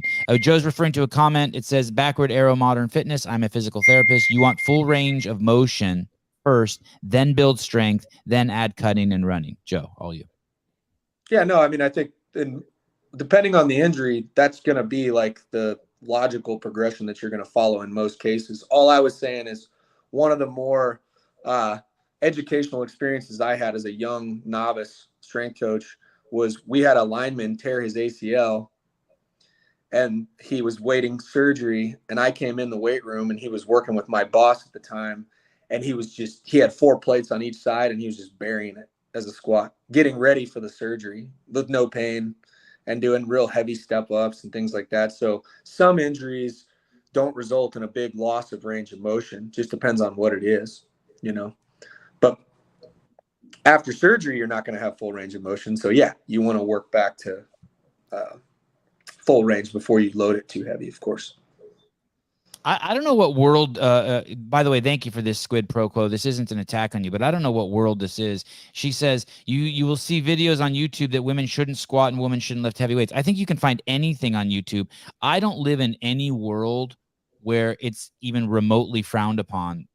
Granted, I'm in the CrossFit space, but where women shouldn't lift weights. Like my entire world, every woman I'm around, from my mom to the little kids that my boys do jiu-jitsu with, all the girls are strong and lift objects and move weight. Like that's not even none of this is even in my world. I could find anything on YouTube. I just don't see, I don't know what world this is. Maybe it's the dominant world. It's just not, I haven't created a reality to me where women aren't fast, strong, and capable. I don't know where that is. Do you guys see that in your lives? I mean, I go on Greg's wife's Instagram the other day, and she's has learned how to ski behind a boat with no rope. I mean, she's a mega athlete, and how old is Maggie now? Is she 40 yet? 38. Yeah, everywhere I look, women are just crushing shit. I just don't. I mean, I can't.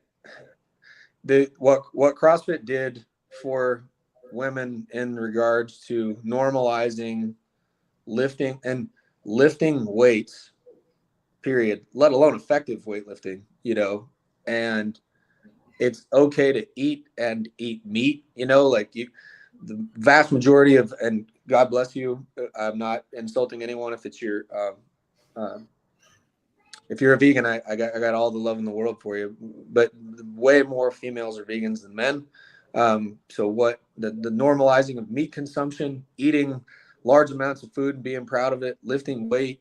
So no, I don't, because I surround myself with mostly people that still think this way. Yeah. But again, my wife's a police officer. Former games athlete.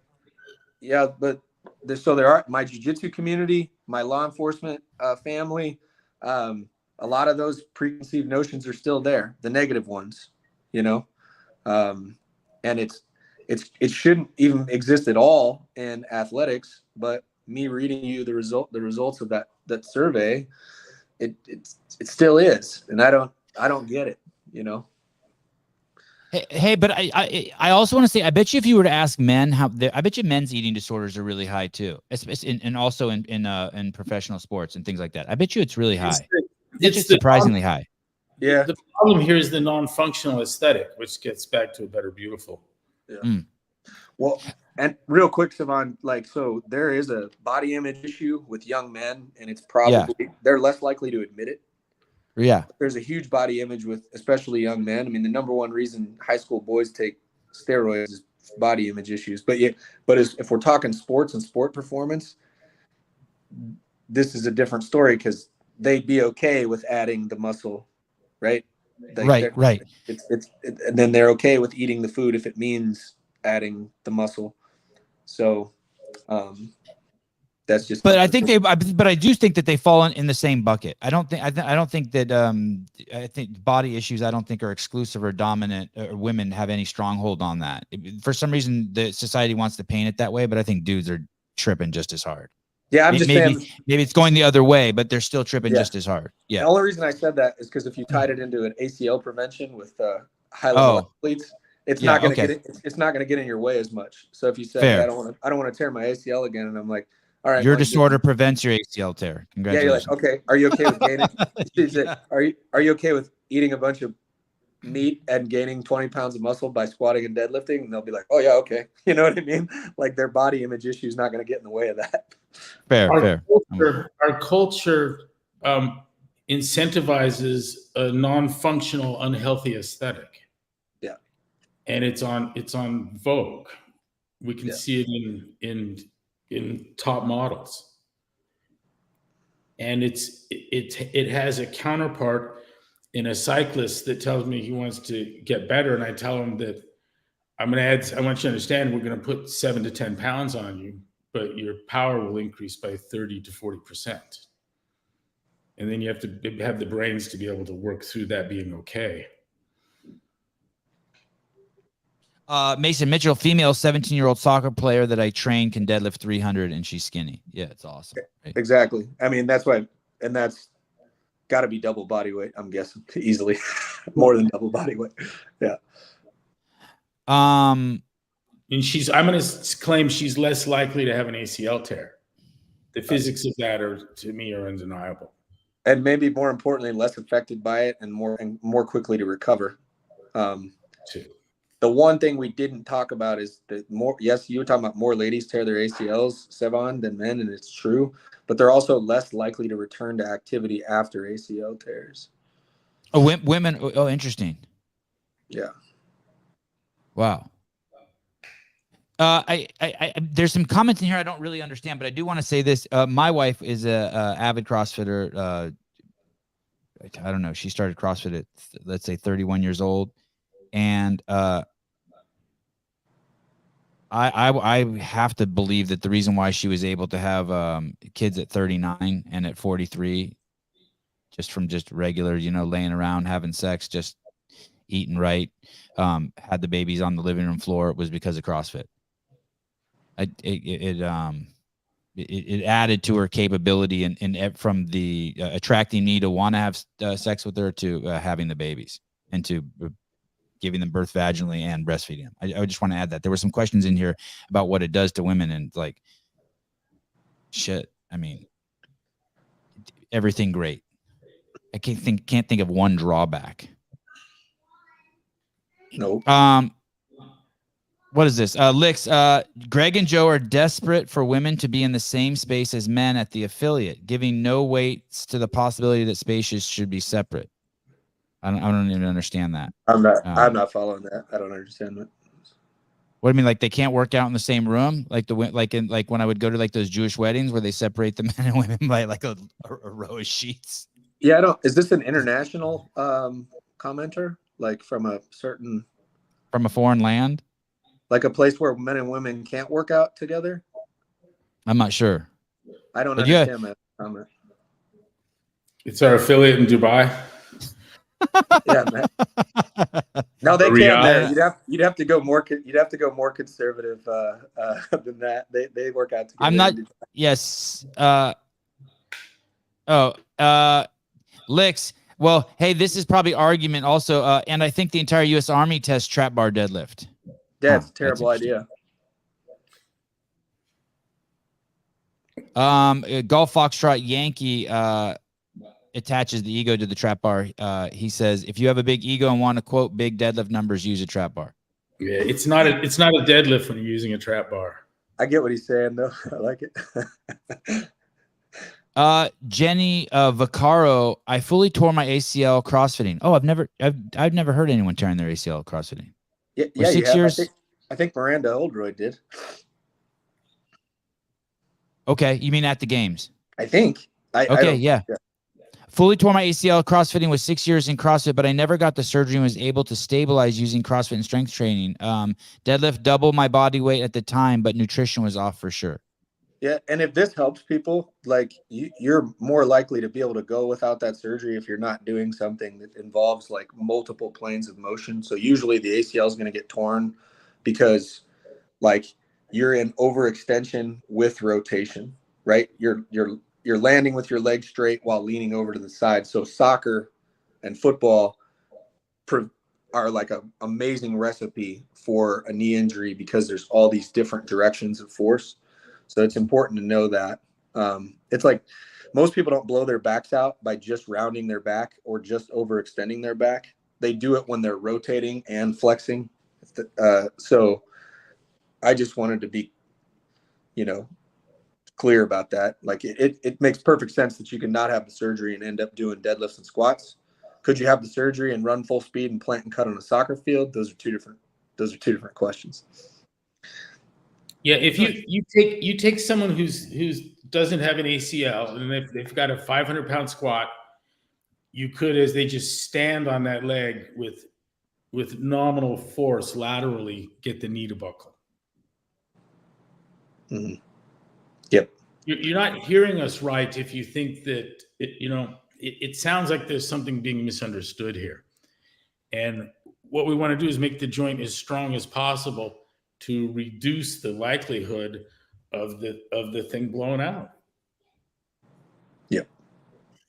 And once it's blown out. Backward Arrow Modern Fitness. This is the physical therapist again. My wife tore her ACL, was doing full workouts prior to her surgery. Yeah, 100%. But like what Greg's saying, you're not going to do a single leg hurdle jumps on one leg without an ACL. Trish, you may not even like someone accidentally tripping over your foot. Right. Yeah. I tore my ACL getting up off all fours, Trish.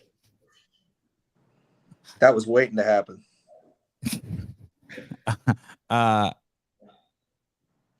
Okay. Squid Pro quote. I agree, Sevan, 100%. But the average woman who doesn't know anything sees that and believes it. Right. Okay. I see what you're saying. The average woman sees it on YouTube that they shouldn't lift weights and work out and believes it. Yeah. That's a fucking tragedy. They need new friends. And quit watching YouTube unless it's this podcast. Janelle Winston, I love what CrossFit has done for me and my view of what I should be and do. I lift heavy and feel empowered. I move fast and feel like I'm still young. I eat a lot of food and feel healthy. Right on. Natalie Bates. Let's talk about the egos of sports coaches and their lack of knowledge on the importance of strength and conditioning. They are misleading parents and their athletes. Love you guys. What is she talking about? What is Miss Bates talking about here?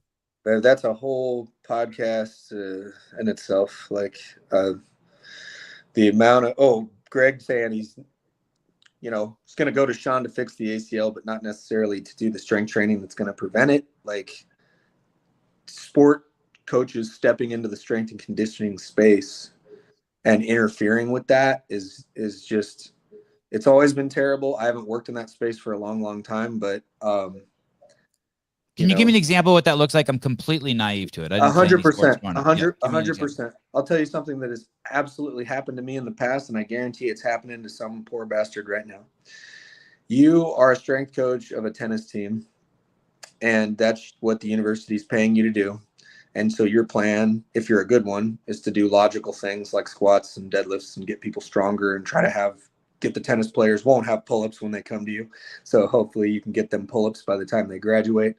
And the tennis coach walks in and he basically explains to you that he wants you to have the girls or the guys hold bands or dumbbells and mock the tennis swing motion.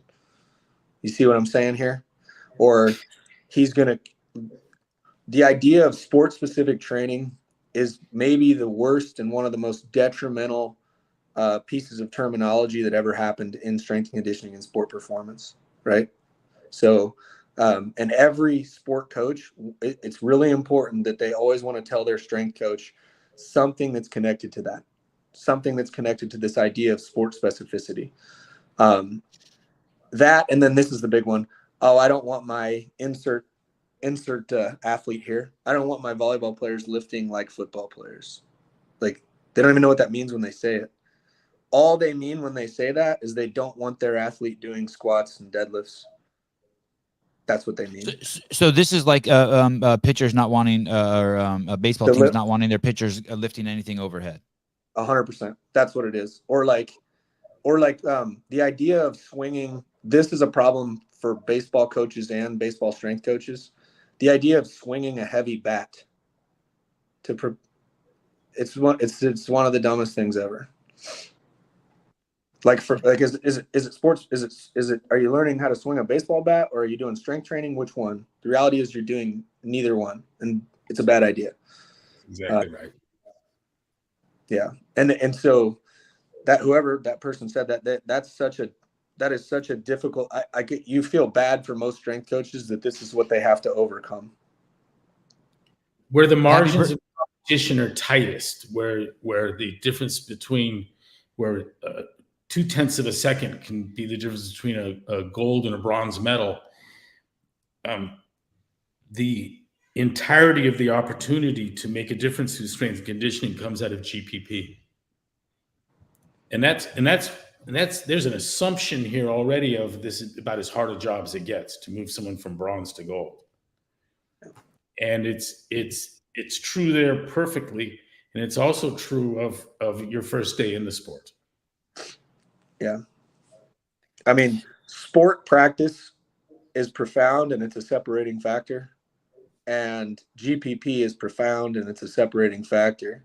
But what exists in between is a bunch of bullshit that strength coaches are doing and sport coaches want their strength coaches to do. And that would be the space of sport-specific strength and conditioning. I don't know, like I hope I'm articulating that well enough, but it's like one of the worst. It's one of the saddest stories in sport performance. There's a ton of questions coming to my mind to kind of want to push back on that, but I think you're right. It's a whole podcast. Yeah. Steve Flores, happy birthday. Happy birthday, buddy. Yeah, Christine Young says happy birthday. Matt Burns says happy birthday. Bloss does not say happy birthday, but he says Joe Westerlin should be here more often in his opinion. Bailey wants to know, Licks, why would we want to be separate? Robbie Meyer says Licks is a troll. No, Licks isn't a troll. Licks is a regular here. There's some point that he's making that we're missing. Jake Chapman from the Isle of Man. My wife was an Olympian. She still acts like it. Breaks herself off now and again, but she's a beast. Mike McCaskey, Licks, don't you have a wife to go beat? Oh, that's a little much. Oh no, we're getting dramatic. I like it. Vanessa Swayfit doing CrossFit was the reason I could have a baby naturally at 46 years old. Science. Yeah, like eating the food you're supposed to eat, that you were designed to eat, and doing the movements you were designed to do is why you were able to do that. And like that would be the biggest thing that Greg did for the world is I knew as a young strength coach, and I was really confused of why people were working out the way they were working out. So I was like, wait a minute, how come people aren't doing squats and deadlifts and doing interval runs and things like that? And but why can't anybody make this happen in the private sector? Like athletes will buy in, depending on the sport, right? And it's like, why aren't people doing this? And I mean, that's really what CrossFit did, is it's like in the most beautiful, simplistic way, like let's, so that's, I don't know, that's just the side note of it. Steven Flores pushing back hard on Joe Westerlin. I swing a heavy bat every day, Joe. It's stuck between my legs. I had a blind spot in my stance. He called me on it. Sorry. Sorry for Joe's closed-mindedness. The physical therapist chimes in again. Backward arrow, modern fitness. Agreed. Strength coaches should make better athletes. Sport coaches should make them better at the sport. That's very good. Yep. You know, the jiu-jitsu impact, Sevi. I was watching standing there as a spectator. You know, I had some of the world's best jiu-jitsu competitors as clients before I went and watched them do their thing in their setting. And the warm-ups were excessive. And by the time they got to the jiu-jitsu part, the skill part, everyone was a little beat up. We morphed that into a quicker warm-up, longer effort in the technique, and then roll for some period of time, and then on the way out the door, we're going to do a CrossFit workout. We're going to hit you with Fran or something like that, and produced world champions. And never, you know, what would we have done in CrossFit to mimic the jiu-jitsu movements? All of that thinking is ill-conceived, and it is for every sport. Yeah. You would do better to not know what sport the person was in for most people than to know. Wow. The movement I had the Greek national basketball team tell me we figured out we're doing the jiu-jitsu program. What the fuck's up? And I go, oh, well, here's the deal. There's no basketball program, you moron. You mean you were training them and they found out they were doing the same thing the jiu-jitsu guys were and they got tripped out? Yeah, they got bummed out. And this is after guys told me, hey, I'm jumping higher than ever before. How do you know? He goes, for the first time in my life, I've seen down the rim. I've never gotten my eyeballs over the rim ever. It happened. I looked down into the net. And he wants to know why he's doing the jiu-jitsu program.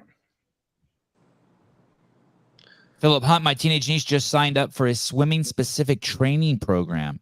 I heard it would cover strength and nutrition. I looked into it and was pleased that a few of the coaches have CrossFit training. There is the shirt that Joe Westerlin is wearing comes from Garth Taylor Jiu-Jitsu in Santa Cruz, California. I had Garth on the CrossFit podcast many years ago. Garth was the first guy from the United States to win the heavyweight Brazilian Jiu-Jitsu championships in Brazil. I think he won it actually, the first guy ever to do it in 3 belts. I want to say maybe purple, brown, and black. Someone can look it up on that. But he could not win, and he had tried several times. He ran into Greg at, I want to say, at Spa Fitness. He asked Greg to coach him. He immediately said he started deadlifting, got his deadlift up to 500 pounds, started back squatting. The next year went to Brazil, and guess what happened? He won. Yeah. Tons of stories like that. Tons of stories like that. Yeah. Make yourself a better athlete. That's what, you know, that's why people take steroids. It makes you a better athlete without even exercising. So if you don't take the steroids, you make yourself a better athlete without the steroids. That's what you do. And then it translates onto the field, you know. I don't know if the reason Barry Bonds broke the home run record was because of his steroids, but I do know that if he could have done the same thing with squats, deadlift, and bench press and enough food.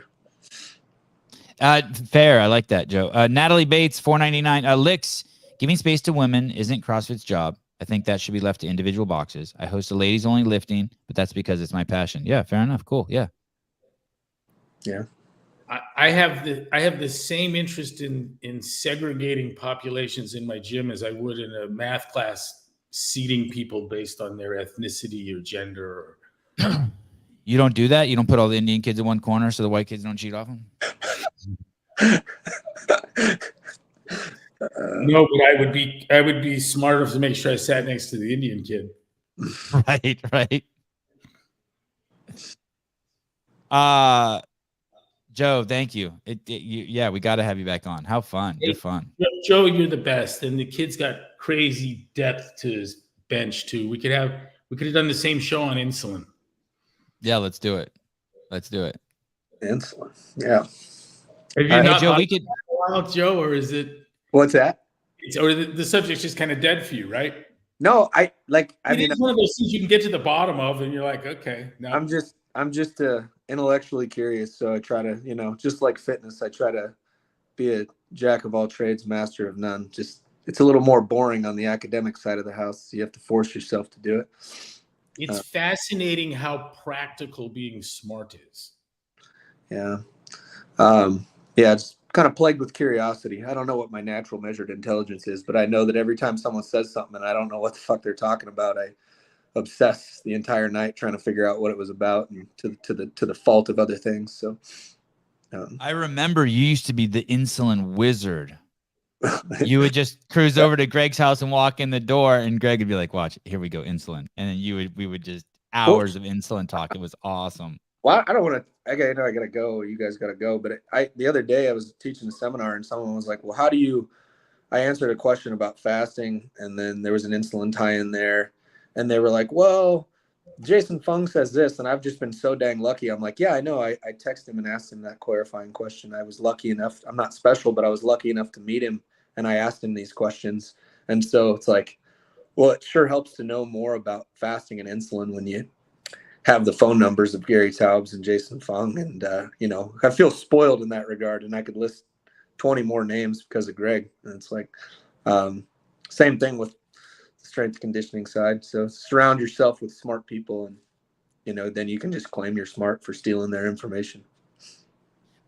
Just to clarify, so people know, those are the people that Greg used to bring around HQ and serve up to his staff. So you hear about continued education, or doctors going on golfing trips and getting their continued education, whatnot. Very common at HQ to have lecturers, doctors, scientists, experts in their field from the beginning. From when I first started there in end of 2006, Greg would bring experts around, and when we could have Adam as the staff at CrossFit. And there's Joe, still kept in touch, obviously, he just name dropped 2 of them, and I appreciate that. That's cool. I want to run off some names if I can.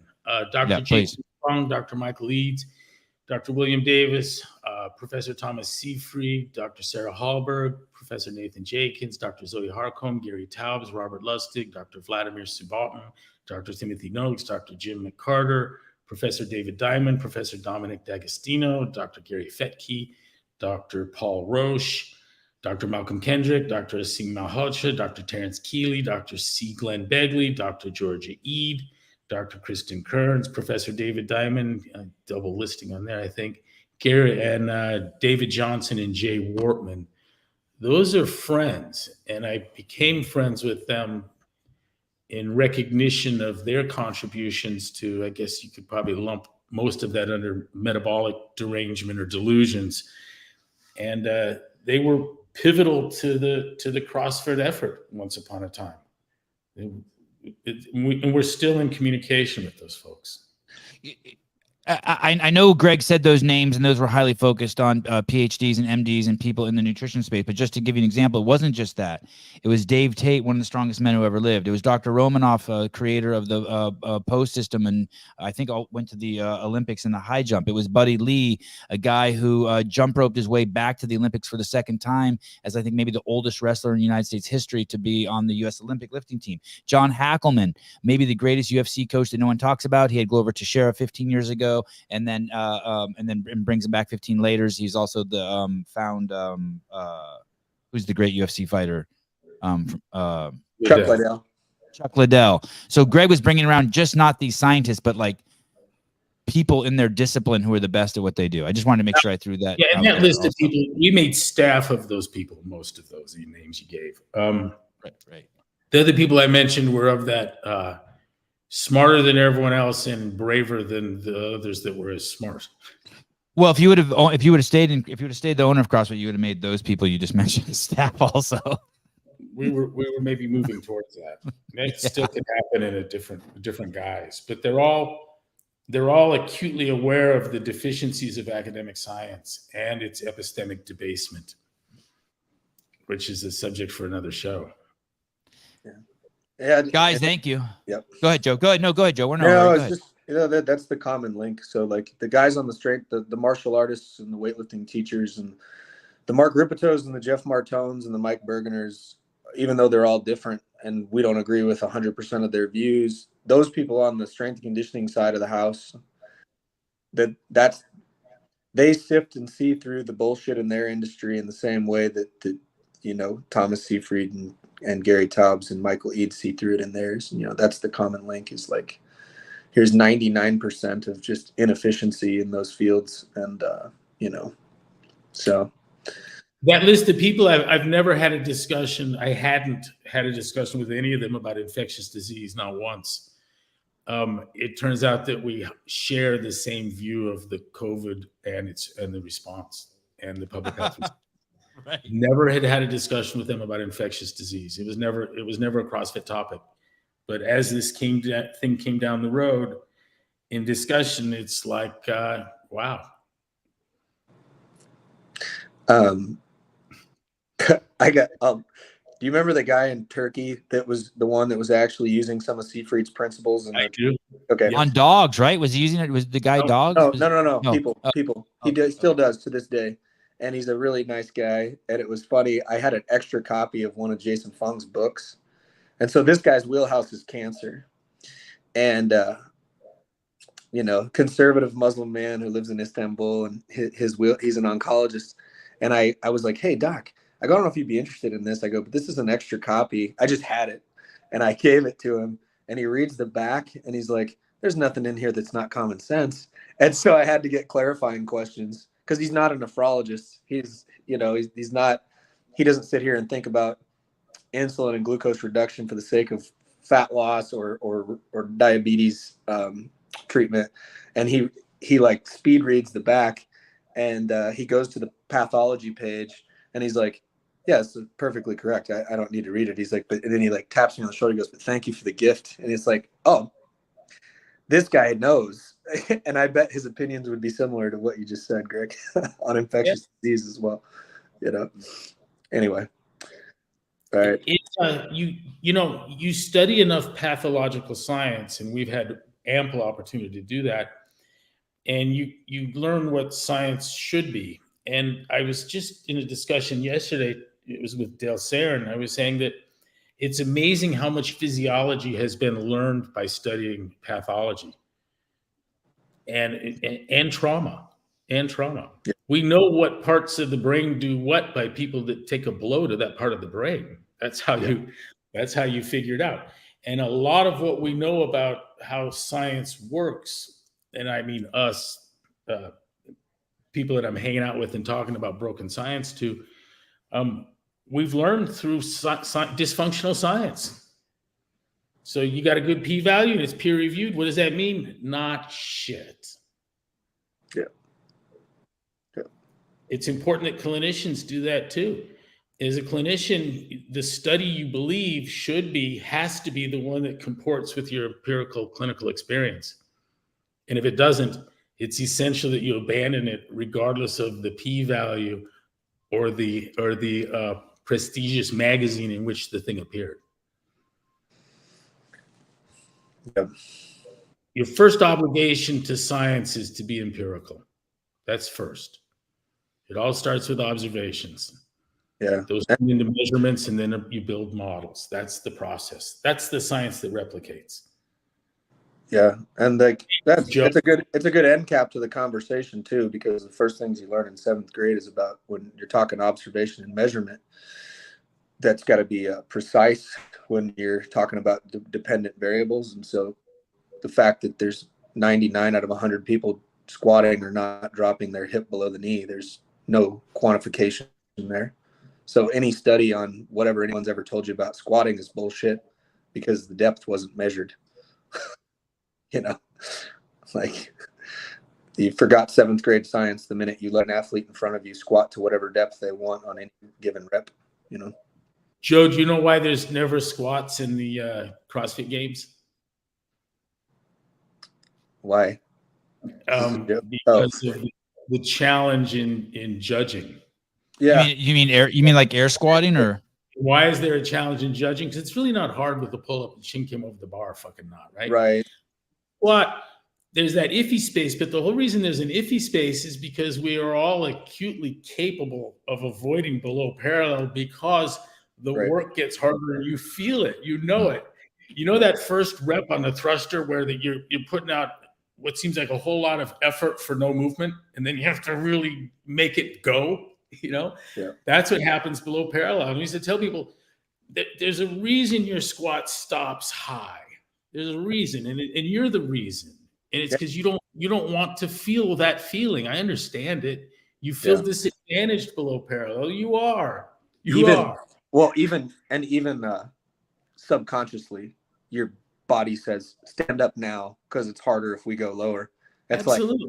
That's why the only iron crosses you see is in gymnastics, where you're rewarded for it. It's incredibly inefficient. So your body's not going to go, hey, take these rings and go wide, Yeah. Hey, Joey, tell me another super contraction of the simultaneous contraction of the Latin pec. It's kind of a weird movement. It's on the shoulder. Like on a chin up? No, on a cross. To have complete pec and lat. Oh, tell me of another. I see what you're saying. Yes, I heard you wrong. Yeah, 100%. Yeah, I could argue against the functionality or the health of the movement. Man, I fully ruptured my pec, and the other day someone was like, well, what movements are you back to now? And I was like, I don't know, but I'll tell you the pull-up's going to be the last one I do. And they were like, your pec's not even involved in a pull-up. And I was like, all right, I don't know whether to open up an anatomy book for you or tell you about the time I got rhabdo from doing a pull-up workout in my chest. Or you remember Rob Miller's 3 types of pull-ups? West Coast Rob, the blonde one? Yeah. 3 weighted pull-ups, 5 strict, 7 kipping, 10 rounds. I got rhabdo in my chest from that, and I was so confused for a couple of days. And I'm like, I guess I didn't really pay attention in A&P 101, but it's we've had exercise scientists explain that there's no abs in the glute ham sit up because you're shortening that. There's not a contraction of the we're not flexing the spine. Yeah. You stay the whole time. What they failed to observe is that there's an enormous contraction of the rectus to keep from dismembering, de-articulating the spine. Yeah. And those that have believed that wasn't a good ab exercise includes the guy who filled his scrotum with a gallon of fluid from the draining of his abs into the scrotum on an exercise. It's too bad you don't learn all these things on day one when you go to your anatomy class, because I just saw a video of a guy snapping his hamstring while back squatting, and I couldn't believe the hundreds of comments that said, this makes no sense, your hamstring's not doing anything while you squat. Fuck. Anyway, thank you both. Yeah, Joe. Dude, thank you. Great show. Any time I get to spend with you is a blessing. Well, Joe, we'll do it again. Yep. Good to see you both always. And and let me know if you want to run some tests. We'll figure out what's up with your computer too next time before we go on. But your phone was great, by the way. Your connection only improved, which is crazy, because I was like, oh shit, I'm gonna kick Joe off, but instead it got better. Yeah. I just did a security update on this laptop last night for work. I don't know. It's probably an easy solution. I was just trying to get on here in time. So. All right. Thanks, Joe. Thanks, Evie. Thanks, guys. Thank you. Thanks, guys. Joe Westerlin, seminar staff, Greg Glassman, founder of CrossFit, and me. That's it. Licks, great episode. Hold on. Great episode. You three are woke as heck, but oh well. Is that a shit sandwich? It's like, great episode. You three are woke as heck, but oh well. That's kind of open face sandwich. I keep trying to think what we said that was woke. I'm open. Totally open. I'm willing though also to bet you $100 that you read into something that you're trapped in your head. I'm willing to bet you $100 that you're trapped in your head.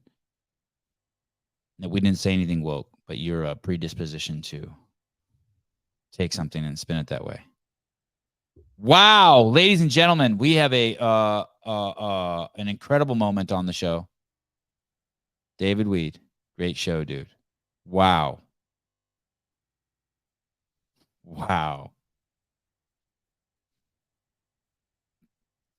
Buddy, first of all, segregate genders.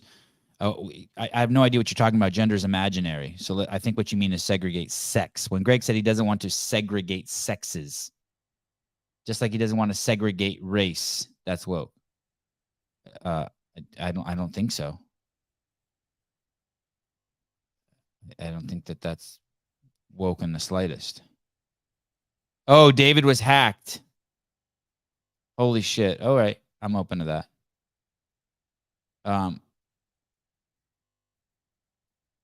Woke is when you say one thing like I'm against racism because I feel sorry for dumb Armenian people. That's woke.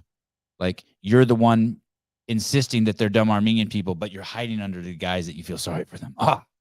We must have affirmative action for the Armenian people because they're dumb. But it's a good thing. But we want to help. That's woke. When there's the contradiction, when you're the person holding the person down, but claiming that you're virtuous and uplifting them. That's what woke is. I don't think maybe we need to agree on that. I don't think maybe you know what the definition is or can give me an example, but I'm open to like changing it so that we can get on the same page.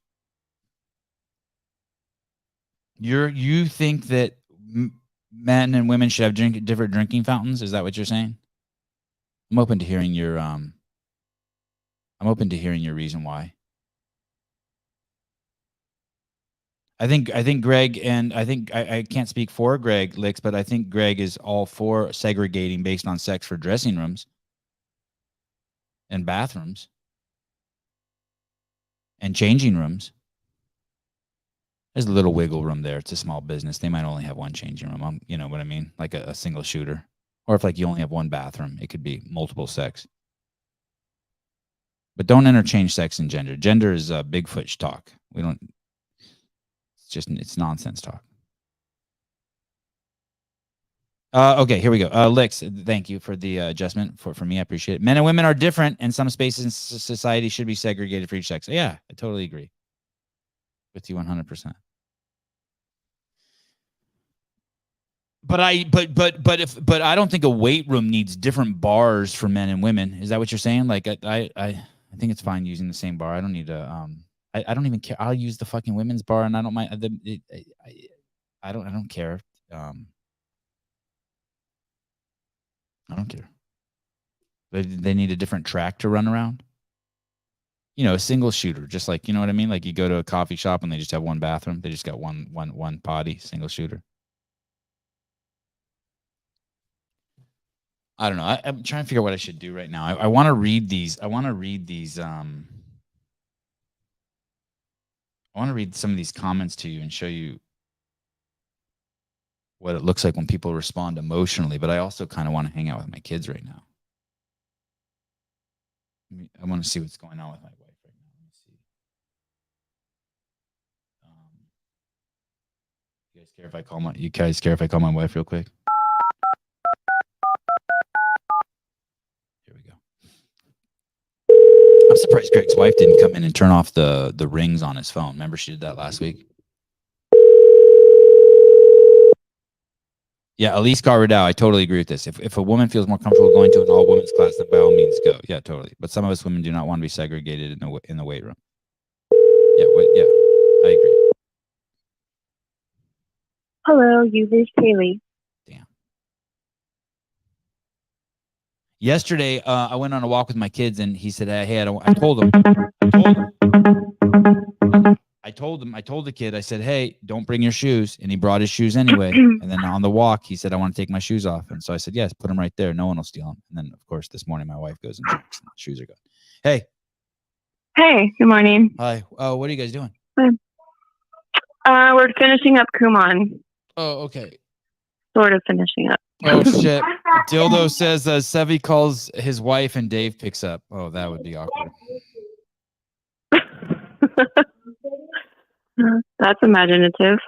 Yeah, that would be very weird. Okay, so I'm gonna fool around here for a few minutes with the crew, and then Okay, take your time. where did you guys walk this morning? Oh, you walked the dog. Yeah, and then Joseph was like, I don't have shoes. And I'm like, well, you don't need shoes right now. And then I remembered you left them.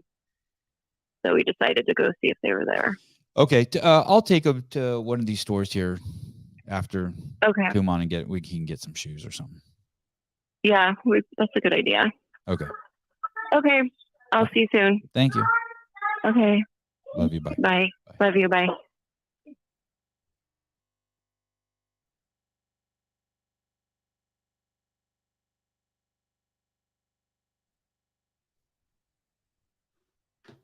I'm deeply offended that he called me woke. That hurt. That hurt, Licks. That hurt. That wounded me. That hurt. Okay. I just want to read this. I want to finish this thought that I started the show with. There was this video that there's a video that I was talking on a podcast, and then I made it into a little sub clip. Basically, why don't you take your kids to Amish reading hour, where it's just some Amish lady reading to your kids? Why do you serve your kids up to a man who's obsessed with dressing as a woman and has an unquenchable desire to be with little kids? Why are you serving your kids up to that, right? And it's very interesting that it's always men, but obvious to many, to anyone with a brain. Sorry, I know that's offensive, and kind of mean, but it's the truth. Someone wrote in the comments here, this lady, Emily, writes, maybe you could have an actual conversation about this once you learn the difference between a trans person and a drag queen. Well, hey, I'm totally open to me not knowing the difference between a trans person and a drag queen, but there's something that they have in common. And that's what I'm referencing. And so you're trying to change the subject. You're attacking me. That's called ad hominem. You know what I'm talking about. You know that I'm saying that it's both men who want to dress as women. And you could be like, there's differences. Yeah, there's a difference between a weed whacker and a lawnmower too. They both have one rule: don't put your hand near them while they're turned on. I mean, it's this. You have no pushback. So you're attacking me. Men have been wearing dresses, skirts, and makeup and heels since the beginning of civilization. That doesn't mean it's okay. Your justification for serving kids up to pedophiles, your justification for that has been going on forever. Another just a total miss, a crazy miss. And it has nothing to do with sexuality in the slightest. You don't think that a man dressing up, you don't think, let's talk about some things that men do that don't have anything to do with sexuality. Well, you come up with some shit, right? Right? Well, you come up with some shit. I'm going to explain to you that it absolutely has to do with sexuality. If you're a man and you're playing woman.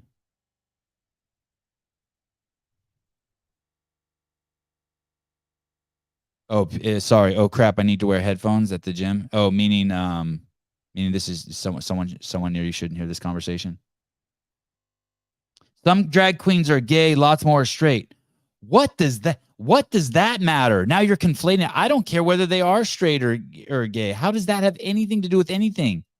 I have no problem with anyone who's straight or gay. I have no problem with anyone men dressing up as women. Zero. It's the kids part. It's the kids part, Emily. You've still not addressed me. You've been triggered by something I've said. I get it. I've said something bad about someone throwing an apple through my window at my house. And you love apples, so you're telling me how healthy apples are. And I'm telling you, I agree with you. I love apples too. But I'm not talking about my love for apples. I'm talking about the one that someone threw through my window at my house. That's where the Taoist saying comes in. I'm pointing at the moon and you're staring at my finger. You do not control the fucking conversation just because you're having some delusions about what I'm saying.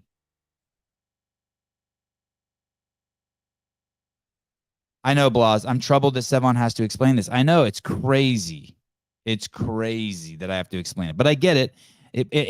But here's the thing. I'm glad she wrote this. I actually should thank Emily because these are important things that need to be talked about. So let's be clear. It doesn't matter to me the difference between a trans and someone who wants to dress, a man who wants to dress up as a woman and read to little kids. I'm talking about the commonality between them. It doesn't matter to me if it's been happening since the dawn of time. There's lots of weird shit that's been happening since the dawn of time. And I don't care whether they're straight or gay. It doesn't matter to me either. That's not relevant to what I'm saying. I'm talking about someone who's trying to introduce kids to something that's not healthy for kids. And then it says, like conservative darling George Santos. First of all, you're crazy if you think George Santos is a conservative, but also, I don't care. By the way, George Santos is also gay. So are you attacking gay people? Using your logic, because I know why you're bringing that up, because you think I'm conservative, and so you're bringing that up as like some sort of attack on me. You're just nuts, dude. Emily, you're totally missing the point. And then she goes on to say, and if you'd ever educate yourself on what drag queen reading time is, it's about having confidence, being comfortable in your own skin. Oh, I'm going to bring my kid to a place and serve him up to a man dressed as a woman who wants to stand right next to my child and read to them to help build confidence. Is that what someone told you, Emily? Confidence for who? For the cross-dressing male, the tranny, or for my kid? Who's it supposed to help build confidence for? Being comfortable in your own skin. We've already established they're not comfortable in their own skin. They're completely covered in fucking makeup with a fucking wig on. We've already established that. What are you even talking about? You don't need physical combat to learn those things. Violence impedes learning those things. Jiu-jitsu is not about violence, actually. I recommend having a watch of Feminist on Cell Block 9 for lessons on the 2. Oh, great. Wow. Then someone goes on to say, listen to this. Someone goes on to say, I genuinely expected this video to be about your children on children's Instagram account of their lives. There's nothing inherently perverted about drag, but I assure you there are lots of pervs on social media looking at children's accounts. You could be 100% right. I could be doing everything wrong, and it's not the first time I've heard it by putting pictures of my kids up on Instagram doing skateboarding tricks. You could be totally right. There could be perverts out there watching it. You could be 100% right. The thing is, and the thing that you're missing is, I am not taking my kids to a place where you've admitted it seems like there are perverts and serving them up to perverts. Do you see the big difference? You're also doing ad hominem. You're trying to attack me because I may be doing something wrong by posting stuff on my kid doing skateboarding tricks on Instagram. I'm open to that. Maybe you're right. But please, don't confuse that with the distinction of people trying to virtue signal by bringing their kids somewhere where there's men dressed as women with an unquenchable thirst to be around kids. Caller, hi. Yeah, two things. One for Emily. Both things are for Emily. One, I live in George Santos's district. Yeah. Nobody likes him. Everyone knows he's a fraud. So her point is not valid. She's getting the biggest outlier of a Republican to show, oh, this is like your boy George Santos. No, he's an outlier. No one wants him here. Everyone in our and no one believes he's a Republican either, by the way. No one believes he's a Republican. But it doesn't matter, but no one believes that. You know why he ran as Republican? Because the area around where he's at and representing was oozing for Republican leadership because of what was happening around us. That's the reason why he's Republican. Right. And number two, with the drag queen stuff, there's a local bar or restaurant over here that has drag queen Sundays. They are the biggest proponent of law enforcement and doing the right thing. The reason they have drag queen Sundays at the bar and restaurant is because there's a need for it and it sells. And guess who's not allowed? Minors. You're not allowed to have kids there, just adults. And hey, and that's cool. I'm totally cool with that. 100%. Do your thing. Yeah. Do your thing. That's cool. I'd even go to that. I'd totally Emily, go to that. sorry. She's wrong. She's wrong. And if she wants to, she should call up and Hey, have a discussion. listen to this person. Listen to this person. Once again, just flawed thinking. Listen to what this person says. How many kids have been molested at drag shows? How many kids have been molested at church? Oh, so let's just say that it's 10 to 1. Let's say you're 10 times more likely to be. First of all, it's an insane comparison, but let's say you're molested 10 times more at church. So what? I'm not bringing my kid to church to be molested. I think Philip reposted a story. Where are all the drag queens at the nursing homes? Where are all the drag queens at like all those other places, not schools and not libraries, where they can push this stuff onto kids? It's only for kids. I don't get it. Yeah, I don't get it either. Lick says at what age should kids be allowed to attend a drag show? Listen, there's a difference between taking your kid. Like I would take my kid to a musical where all the females are being played by men. But am I going to take? There's a difference between that. Yeah, that's nuanced. Like I said, I don't have an issue with people dressing in costume and whatnot.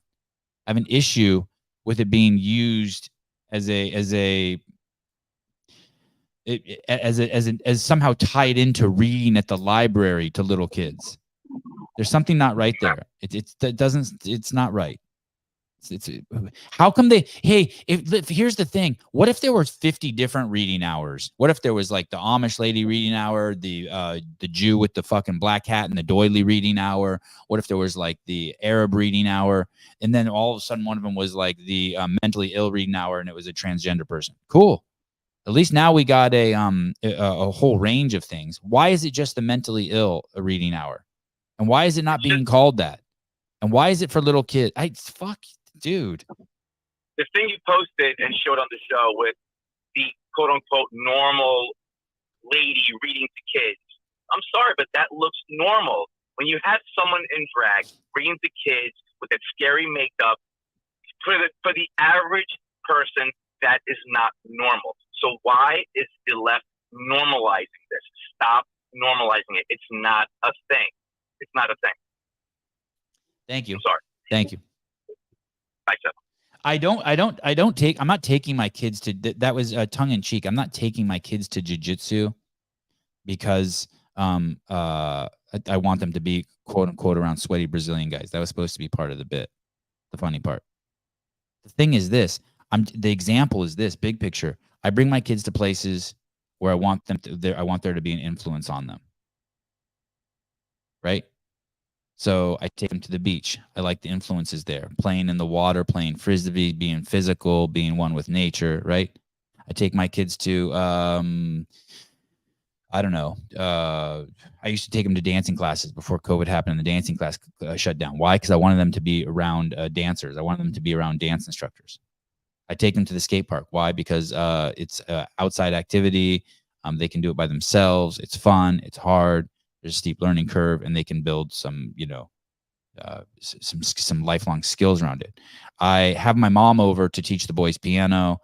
Why do I do that? Because I want them. I mean, you get it, right? I want them to be around their grandmother, who's a part of my family. They can learn. They can bond with someone. They can get familiar with being around people of all different ages, and then they can learn the piano. It's like, why would I take my kids to the library around someone who's mentally ill? They're not all mentally ill. Okay, 89.7% of them. Who's a man who dresses like a woman, who probably should. How long do you think it takes to get ready like that? Let me go a step further, tell you how fucking crazy I am. I'm not really interested in my kids hanging around anyone who spends an hour getting ready to go out in public, period. How about that? I just don't find value in that. I don't want my kids to be burdened by that. How about that? How about I start there so you don't get hung up on the drag thing?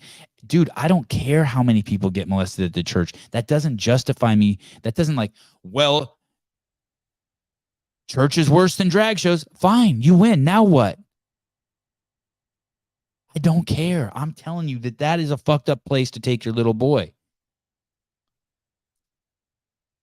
There is no homeostasis with raising kids. You're either helping them or making things worse. There is no homeostasis. Philip Kelly. God, I love this kind of thinking. This is I like it when I love this kind. This is cool. I don't know why the comments won't come up. Something's wrong with my computer. I'll have to read it to you guys. It says, oh, here we go. They don't have reading time at drag shows. Why do they need why the need for drag queens at reading hour? Yeah, they don't have reading time at drag shows. Why the need for drag queens at reading hour? There's no kids at drag shows. So you're bringing the drag shows to the kids? Fucking what the fuck is going on?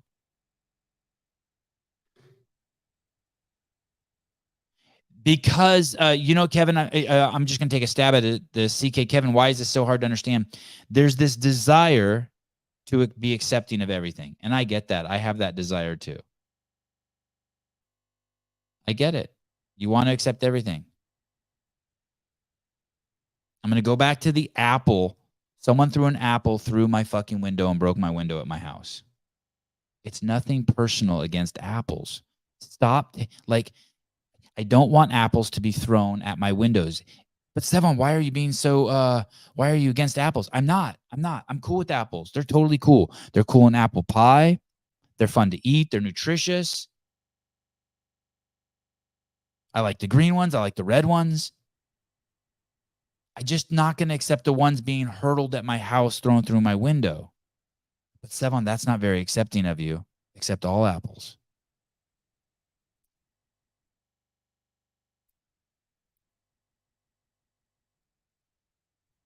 All right. Golf, Foxtrot, Yankee, Sevy. The boys want to go to the beach. I know, and I can see the sun's out. I wish you could see how cool this setup is that CA Peptides gave me here. Hey, listen, I really screwed myself. You know what I did? I want to tell you the schedule.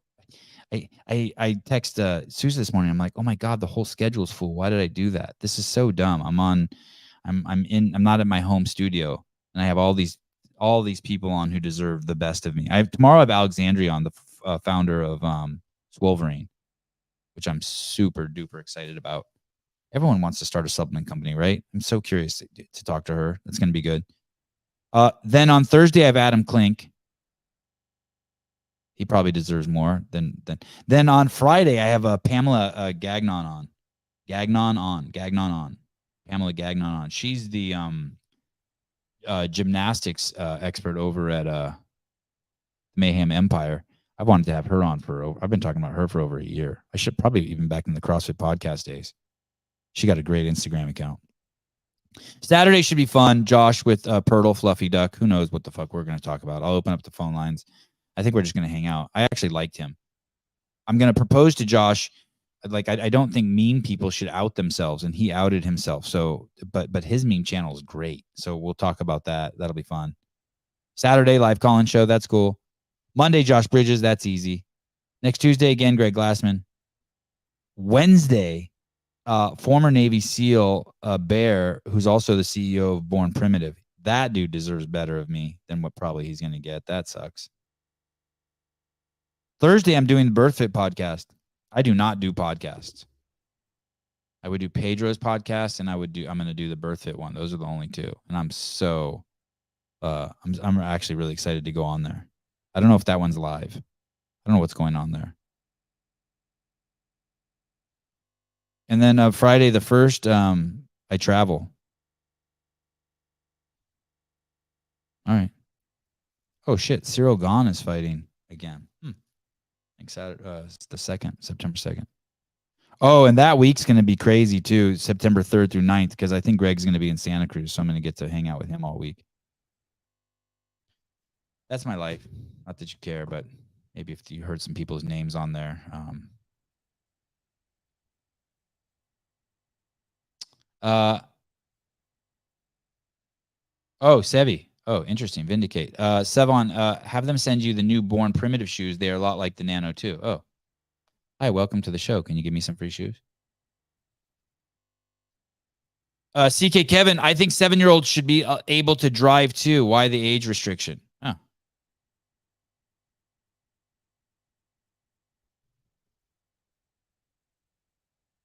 Hey, the difference between walking, like if you go to a city and you walk around a city, let's say you go to Paris, you've never been there before and you live there for a month and you walk everywhere versus bike ride everywhere versus drive everywhere is so different.